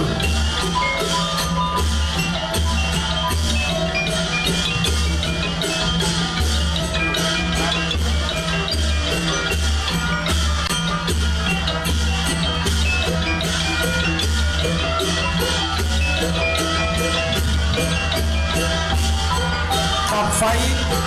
กำลังโหมขับตั้งเข้าตั้งกลางน้อยนะครับตั้งเข้าตั้งกลางน้อยชีเป็นฝอยตั้งบนโดยตั้งเข้าตั้งกลางไปครับเพลงไวไม่ครับตอนนี้พากำพาสังกติหลวงพ่อได้ไม่ละเป็น2-3 ต้นอาจจะได้แจกให้กับคณะสัทธาพาสังกตินะครับตั้งขึ้นข้างบนตั้งขึ้นข้างบนได้ไหมนะครับตั้งขึ้นข้างบนดับมัดไฟไว้หนึ่งถ้ามันลูกแข็งจากตั้งเข้าตีลงเห็นน้ำหนึ่งนะครับถ้ามันลูกแข็งจากตั้งเข้าตีลงเห็นน้ำถ้ามันหย่อนปากคอนะครับ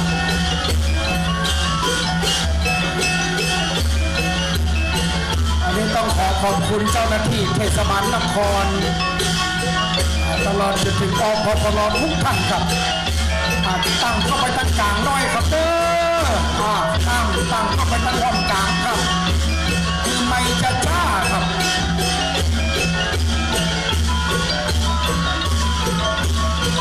ตั้งเข้าตั้งใต้ครับเนอะตั้งเข้าตั้งใต้ครับ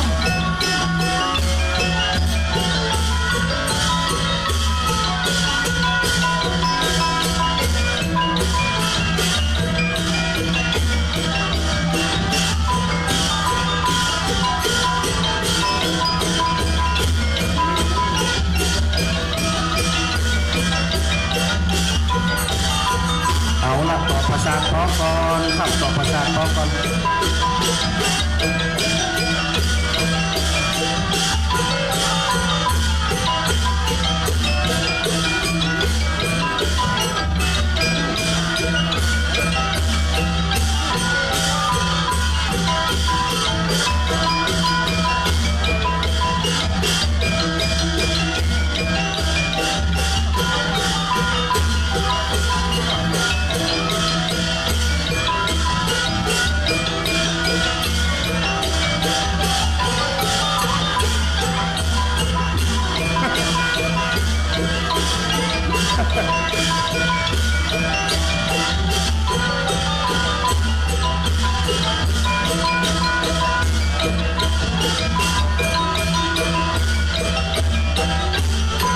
ขับฉีดมัดไฟอย่างเดียวเนอะ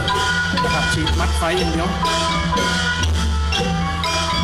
หลังคาตั้งเต้นนี้ท่านฉีดแต่มาให้เนาะท่านเนาะ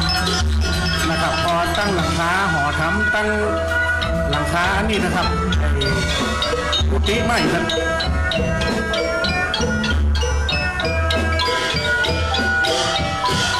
ครับการในเมตตาทิพย์นะครับของท่านวิทยวัฒน์วรสิมพเมธีเนาะเจ้าของฟาร์มนกฮัทสดีลิงนะครับ เจ้าของตำหาประสาทนะครับวิทยวัฒน์ประสาททองนะครับจากเมืองแปะตามในเมตตาทิพย์ของท่านเลิกมาแกวมาฮื้อกำลังใจสลาพี่น้องวางเงินดอกไม้ไฟนะครับปล่อยขันลูกไปก่อนต่อเดี๋ยวหักษาหน้าไม่ก่อน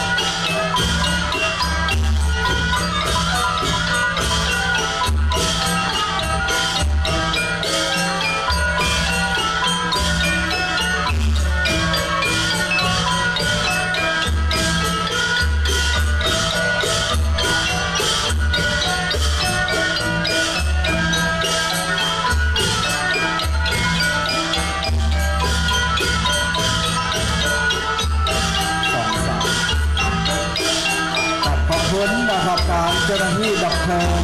ทุกหน่วยงานนะครับบอกว่าเทศบาลนครลำปางแล้วก็หลายที่นะครับที่มาร่วมกันโดยกู้ภัยนะครับสมาคมกู้ภัยจังหวัดลำปางโดยการนำของนายกสมาคมกู้ภัยอาจารย์ชาตรียศสมแสนนะครับสมาคมกู้ภัยลำปางนครลำปางของเราแล้วก็มาถึงโดยดับเพลิงนะครับทุกแห่งก็ได้มาร่วมกันดูแลความเรียบร้อยในงานพระราชทานเพลิงศพและประชุมเพลิงศพสรีระสังขารของหลวงปู่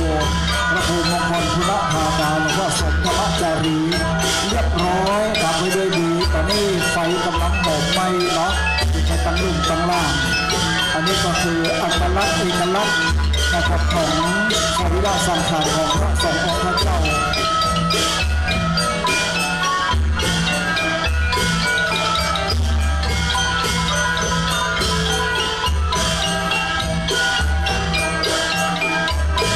ขอบพระคุณไปทางท่านอาจารย์นะครับ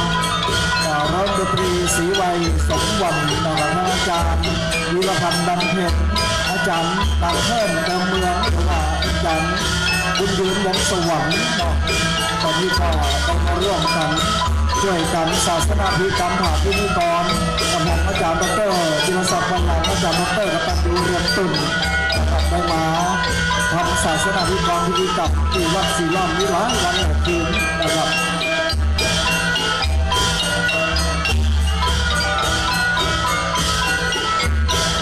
ในนามคณะกรรมการวัดศรีล้อมต้องขอกราบขอบพระคุณนะครับ ในทานน้ำจิตทานน้ำใจอันใสสะอาดของทั้งสมณศรัทธาคณะศรัทธาที่บ่ได้เอ่ยชื่อที่บ่ได้เอ่ยนามบ่ได้เรียงตามยกถาบรรดาศักดิ์ตามวัยวุฒิคุณวุฒิของสมณศรัทธาคณะศรัทธาก็ดี และขอเป็นแก้วเป็นคุณเป็นบุญเป็นกุศลคือกับทุกท่านที่ได้มาร่วมกันเป็นเจ้าภาพเจ้าศรัทธา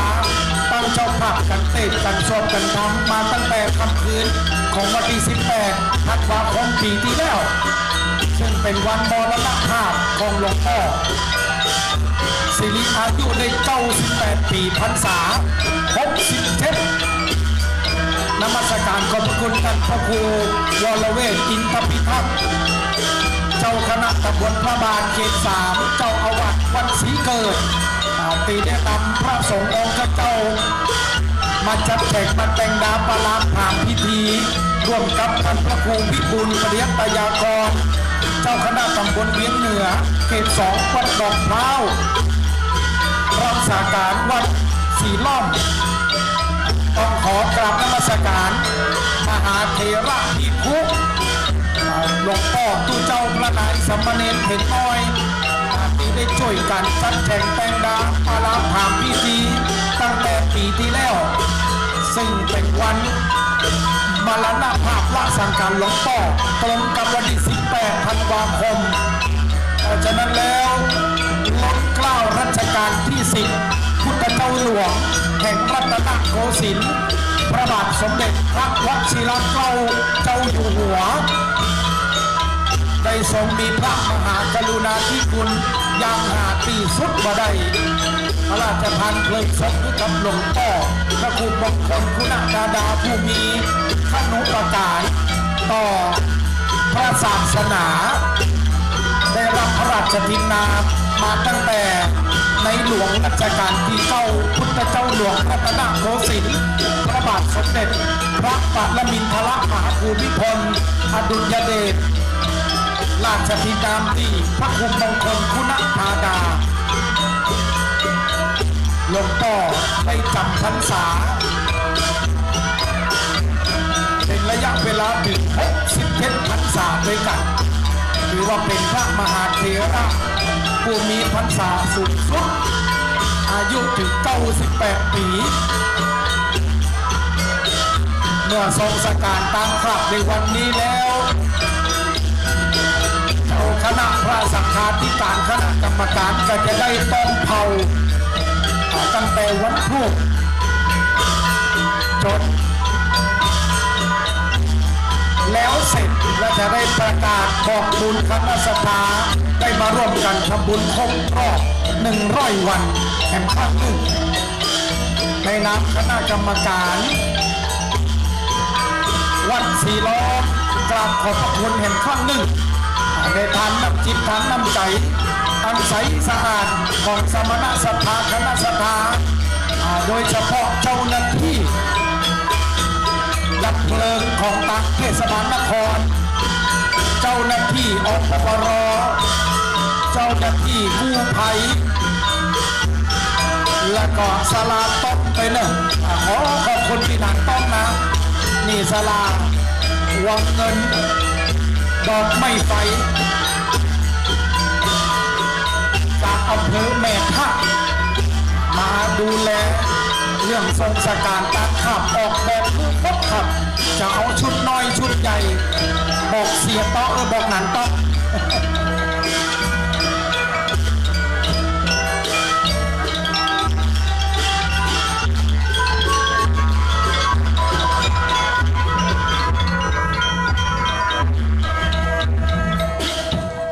ขอบคุณครับปีพาดพ่อครูใหญ่ยิ้มสยามบันเทิงศิลป์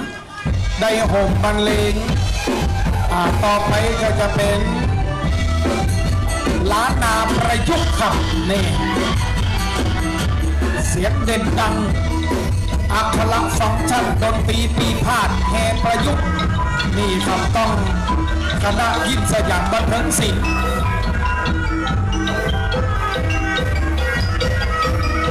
อันนี้ปอน้อยปอนานอาจารย์ครูบามากันตั้งเรียนอาจารย์นานเพิ่มข้ามไข่หลวงได้หลายวัน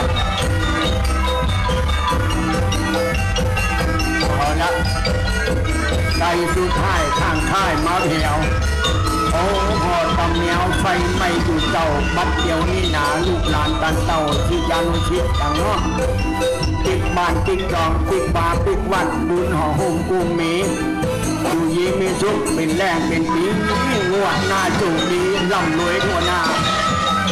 ครับวาสนาเกื้อหนุนบุญรักษาพระพึ่งหองจิตเรียงรองไม่หมองมัวตัวนักหนาด้วยอำนาจบารมีของครูบาช่วยปกปักรักษาตลอดกาลครับขอให้เจ้าข้าทั้งหลายมีความสุขกายสบายใจหิ้วปันมากะหิ้วปันใดยึดเปลี่ยนยึดไข่หิ้วปันห้องปันหายมีลุงนักลันลายมีสติปัญญาชีเหลียวฉลาดเชื่อบาดเป็นพระโอษฐ์มีความอดเหนือพระเถมียะ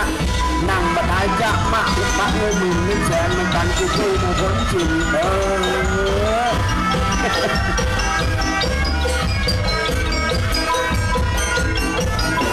วันกันคนน้อยต่ออาจารย์โคศกพิธีกรชื่อดังพ่อครูใหญ่อาจารย์นันเพิ่นทำลำลิบลำไหลทำช่วยกันมาหลายมื้อหลายวัน6 คืนด้วยกันเต้าหอดจนถึงวันนี้ต้องขอขอบคุณบรรดาพ่อน้อยพ่อนานอาจารย์ครูบาพระภิกษุสงฆ์ตลอดจะถึงปีต่างจองต่างน้องต่างบ้านลูกศิษย์ลูกหาหลวงพ่อครูบาพระครูมงคล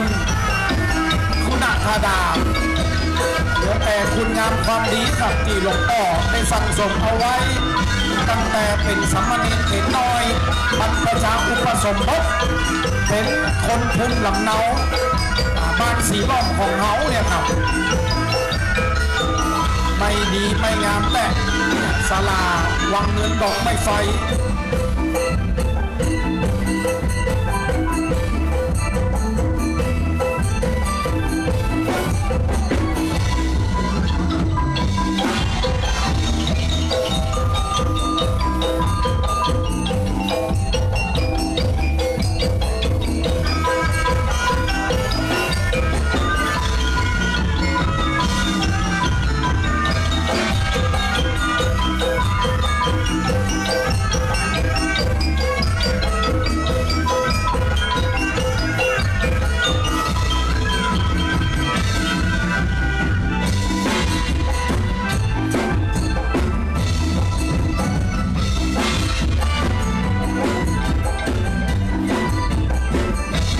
คณะกรรมการพ่อบ้านแม่บ้านของเอาไฟบริกร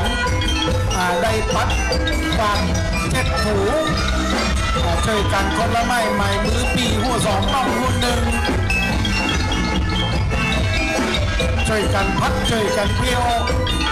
หลังจากที่เขาได้ช่วยกันจัดแข่งแต่งน้ำมาหลายมือหลายคืนหลายวัน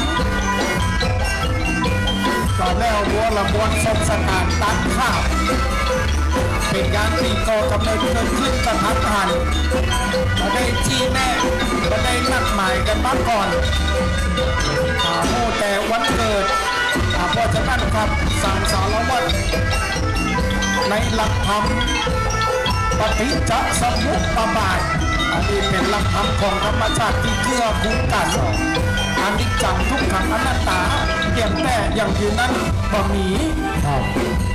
ก็คือเรื่องของนะครับหลวงพ่อเกษมที่มาบอกเขียนไว้สุสานไตรลักษณ์ว่าจากไตรรักษ์นะครับก็คือเที่ยงแท้แน่นอนวันนี้อันนี้จังเป็นความเที่ยงแท้ทุกขังเป็นความตกนะครับอนัตตาวันนี้ตัวขอบคุณอาจารย์สวทลำปางนะครับ สถานวิทยุ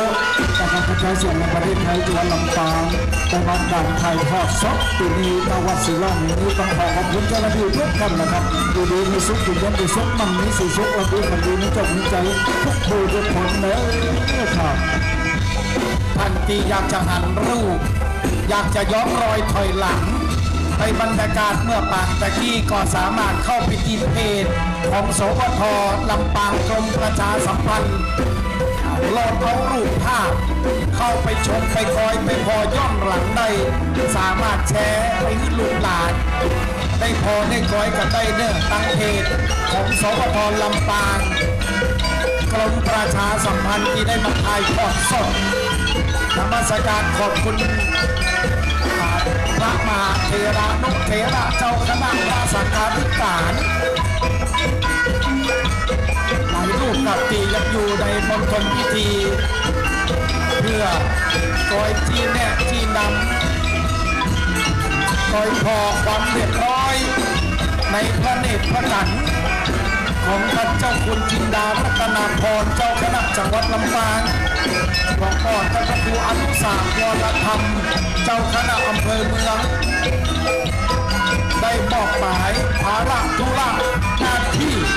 คือกับคณะสงฆ์ในเขตปกครองตำบลเวียงเหนือเขต2คือท่านพระครูพิบูลปริยัติยากรเจ้าอาวาสวัดดอกพร้าวรักษาการวัดศรีลมเมื่อถึงวันพรุ่งนี้ก็จะมีพิธีต้อมเผาอันนี้ก็เป็นธรรมเนียมปฏิบัติของเฮาเจ้าล้านนาทรงสกัดตั้งกับมันมีภัยนี้รอดมันมีภัยนี้ป้องไปสักคนครับเมื่อถึงเวลาบัดชุกราชาก็จะมาจับจะมาเจิญเหมือนดังหลวงพ่อจำพระคุณมงคลคุณาดาเมื่อหลวงพ่อยังมีชีวิตอยู่ในร่มกาสาวพักดุดังร่มโพใบใหญ่ร่มใสใบหนานำปาคณะสัทธากินน้ำจากน้ำบำเพ็ญกุศลจากวัดเป็นเดือนเคลื่อนมาเป็นปีเต้าหอดอายุของหลวงพ่อ98 ปีเหลือไว้แต่คุณงามความดีที่นั่งอยู่บนบัลลังก์ใจของคณะสัทธาบรรดาพ่อแม่พี่น้อง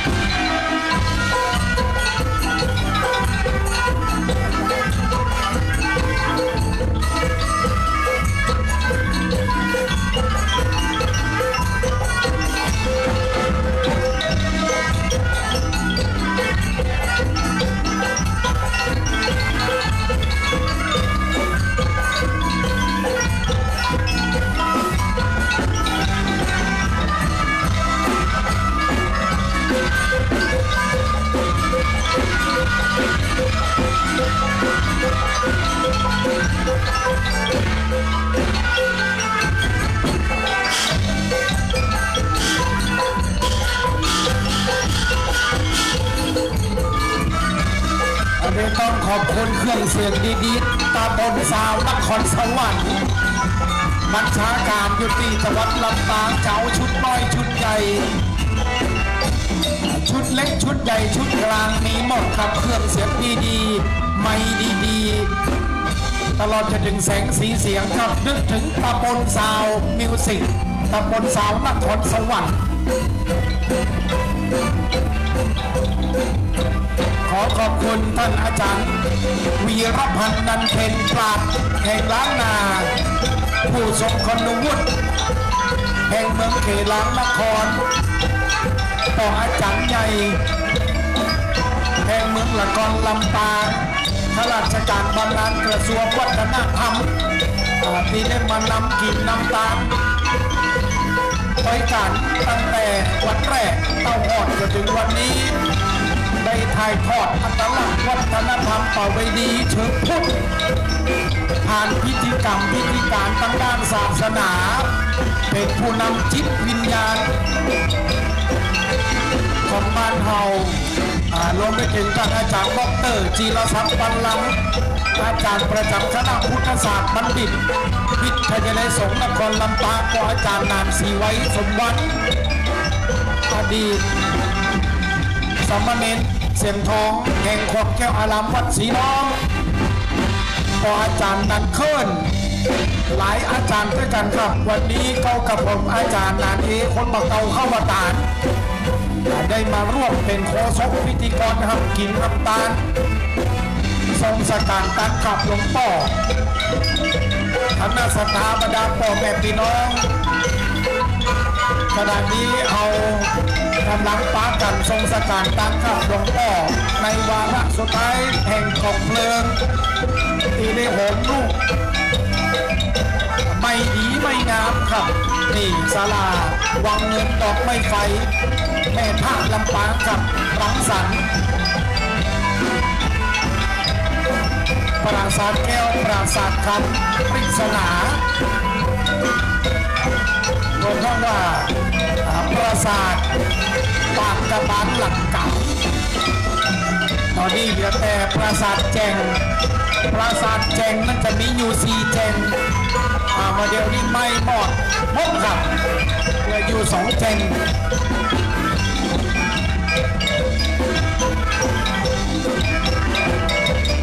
ตอนนี้ยังเคลื่อนข้าง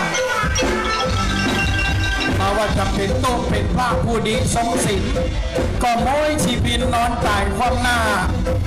อาจจะเอาอย่างน้องปอลุงแม่ป้าแผ่นพัสุธามันยังบ้างไปหินมาผาก้อนเต่าหัวจ้างอย่างงวดแต่งบ้างเป็นหอยหิหาเป็นต้นอย่ามาต้องไปขอยขับเงินกล่องต่อดอยเอาไปว่าจะได้อาจจะมีแต่คุณงามความดีที่จะติดตามหลังโดยเขาไปทุกชาติไปทุกภพดังกับปริศนาธรรม4 คนหาม3 คนแห่1 คนนั่งแคร่2 คนพาไป4 คนหาม3 คนแห่1 คนนั่งแคร่2 คนตาไป4 คนหามก็หมายถึงผัดดินผัดน้ำผัดลมผัดไฟอาการ32ในต้นตัวของเขาตอนเกิดมามีทั้งผัดดินผัดน้ำผัดลมผัดไฟผัดดินก็หมายถึงกระดูกกระเดี่ยวเกี่ยวขอผัดไฟก็คืออุณหภูมิในตัวของคนเขาร้อนเกินไปก็จะเป็นไข้เย็นเกินไปก็จะเป็นไข้อันนี้เพราะว่าผัดไฟผัดลมออกหูออกตาลมมาให้คุ้นเจ็บหัวคำพันเมืองมานี่เพราะว่าผัดลมขอบคุณครับขอบคุณจะนั่งขอบคุณจะหลายแม่ออกจะได้เอาโต๊ะตั้งมานั่งเก้าอี้มาคือปออาจารย์เอาน้ำเย็นๆมาสักก๊อกแล้วก็ไปเอาน้ำเค็มๆมานะน้ำเค็มๆนี่น้ำป่าน้ำเป็นยานี่น้ำมนน้ำข้างบนปุ๊บน้ำเปล่าน้ำก้นเข้ากับน้ำโจกน้ำในโหลน้ำอะไรอย่างอ้อน้ำในโหลน้ำเหล้าดองยาน้ำมีราคากับน้ำมันน้ำตีเปิ่นไข่หันกับน้ำต้ม น้ำซกกระปกกับน้ำเน่าน้ำอีป่ออีแม่คนบะเกาเคยเฝ้าคนห้องว่าน้ำหนาถ้าน้ำบนหลังคากับน้ำข้างน้ำตีหมอกเป็นล่างกับน้ำเลือดน้ำหนองน้ำตีเป็นกรองกับน้ำฝนน้ำตีเป็นเอาใส่คนกับน้ำเกลือน้ำมาตั้งเหนือกับน้ำนองน้ำตีเป็นฟองน้ำอะไรอย่างอ้อน้ำอันนั้นเนาะ น้ำตีเป็นฟองน้ำเป็นฟองกับน้ำสบู่กับอีแม่ น้ำเป็นฟองน้ำสบู่น้ำเอาคนอยู่กับน้ำใจนี่แหละครับวันนี้ขอบคุณทางน้ำจิตน้ำใจของคณะศรัทธาจุผู้จุคน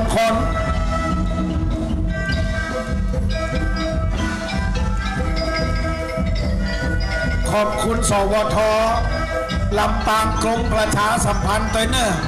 FM 97.0 เมกะเฮิรตซ์นะครับไหลวิทยุไปฟังคนงามเสียงพีรีพอล่อคำปอคำปันปีมดคนงามก็ออกรายการกูวันเสาร์วันอาทิตย์ นี่ไปโหลดเอาได้เนอะภาพของท่านเพจสวทลำปางกรมประชาสัมพันธ์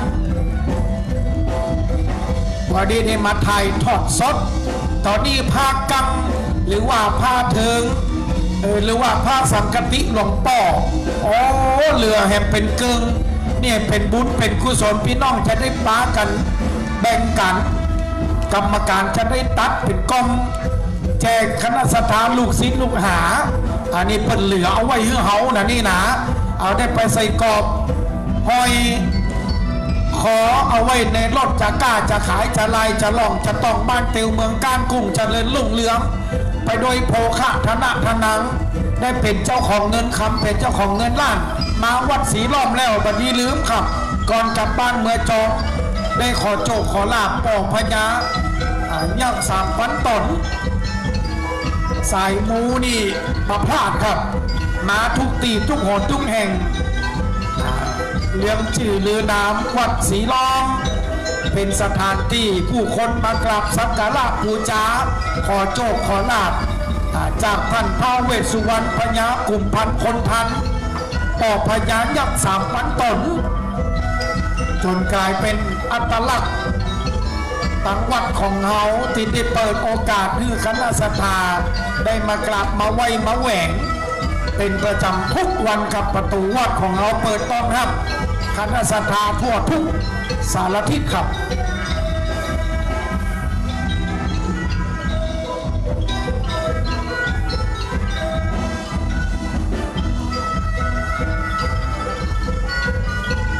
วัดต้องขอขอบคุณเจ้าภาพโรงทานตัวเนอร์เจ้าภาพโรงทานซาลาเปาหน่วยอุ่น กับข้าวกระป๋านักหนาป่าบ้านกับบอกบะทูต้อโร่ยาวเป็นเส้นเป็นสายข้าวต้มขนมกล้วยทอดซาลาเปาหน่วยอุ่นก๋วยเตี๋ยวเจ้ากับก๋วยเตี๋ยวปะต๊อกกับก๋วยเตี๋ยวแม่แรงอยู่คนเดียวก๋วยเตี๋ยวแหม2 ถ้วย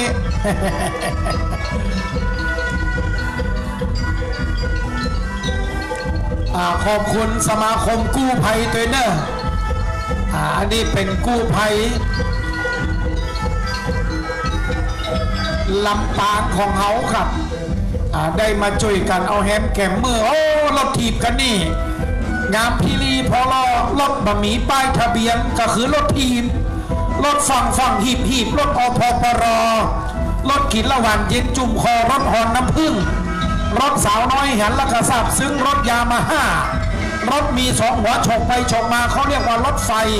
รถไปบะไก่ไปบะไก่รถตุกรถดังสนุกรถแลนเนลมิดรถบะเป็นไผ่บะเป็นพิษรถแหลกแจกแถมรถที่ดังเป็นนี่รถ10 ล้อรถที่ดังวอรถตำรวจรถเปิดบ่อู้บ่อวดรถอาจารย์นันพันซื้อมารุนแรงแตกหลาย8,000 ไปแส่กับบะมีหนอจอดไปหน้าถนนวัฒนธรรมกันสีขาวไปเอาเตอร์พี่น้องเลยแส่กับบะมี วันนี้เอารถมาหลายยี่ห้อหลายอาชีพใครขับรถดีแม็กมานี่จำเป็นรถครูข รขับรถมิตซูรถโปเลียงใครขับรถตังเมียงรถโตโยใครขับรถส่งของเป็นกิโลรถอีซูซุใครขับรถลุกับรถยักษ์แปดรถแสลบไปแสลบมานิมนต์ตุเจ้าไปสูดไปถอนพ้นห้องวันรถตุงแดงรถจอดลายกำแพงรถหลักซบรถขับรีบลบรถก้าวของเถื่อนรถบ่มีป้ายทะเบียนกับรถตะกี้นะแม่รถถีบ เอาโอเคเอาแต่เนอะช่วยกันนะ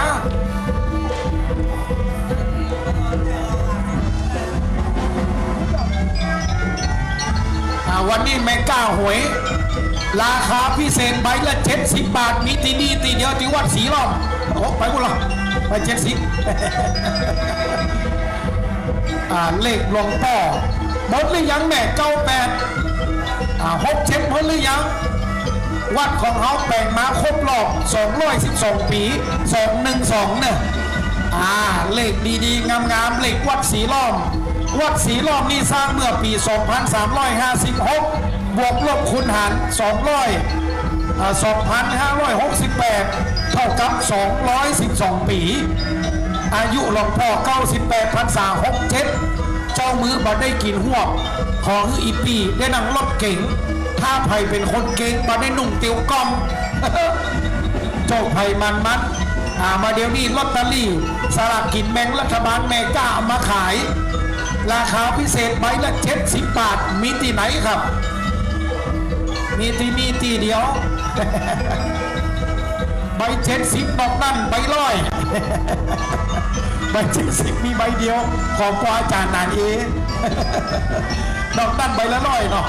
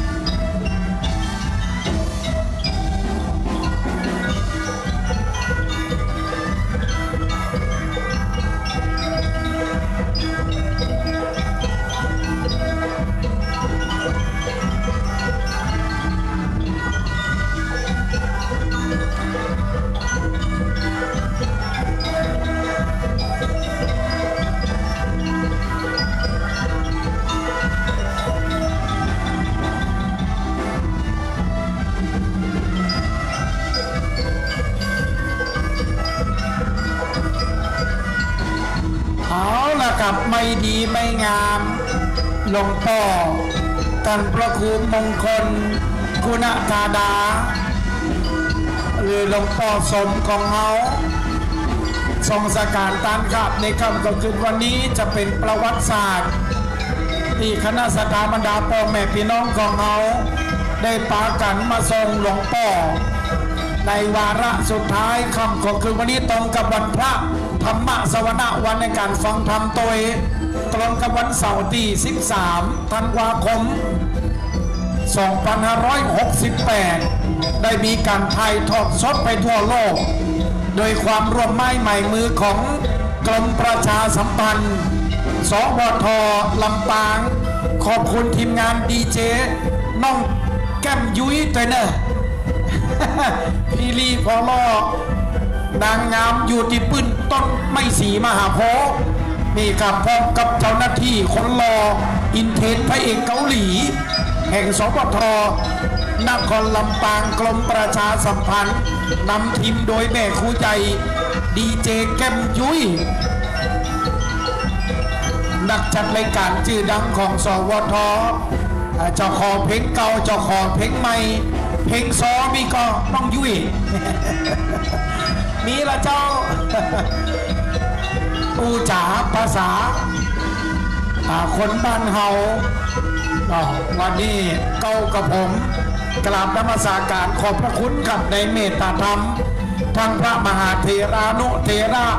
โดยเฉพาะหลวงพ่อนะครับท่านพระครูอนุสาวรีย์ได้มอบหมายหน้าที่เงินกับเจ้าคณะตำบล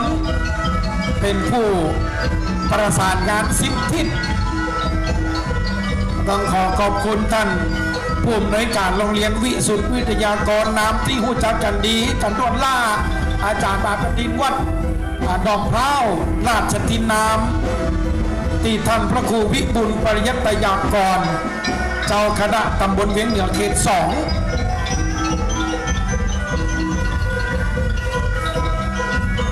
คณะสัทธาพออย่างเนอร์ได้กับมาลนานุสติการเผาศพล้านนานี่เป็นจะเผากลางแจ้งคือเขาได้หันสรีระร่างกายของผู้ไวยชนเพื่อเป็นมรณานุสติว่าสักวันหนึ่งเขาก็จะต้องเป็นเหมือนเปิ้ลอันนี้ครับมีที่เดียวแห่งเดียวในโลกนี้ในประเทศไทยอยู่ที่บ้านเขาเนี่ยครับแผ่นดินล้านนาในการทรงสการตานขับเผาศพเป็นจะเผากลางแจ้งเงาได้หันสรีระร่างกายว่าสักวันหนึ่งเขาก็จะต้องเป็นเหมือนปั้น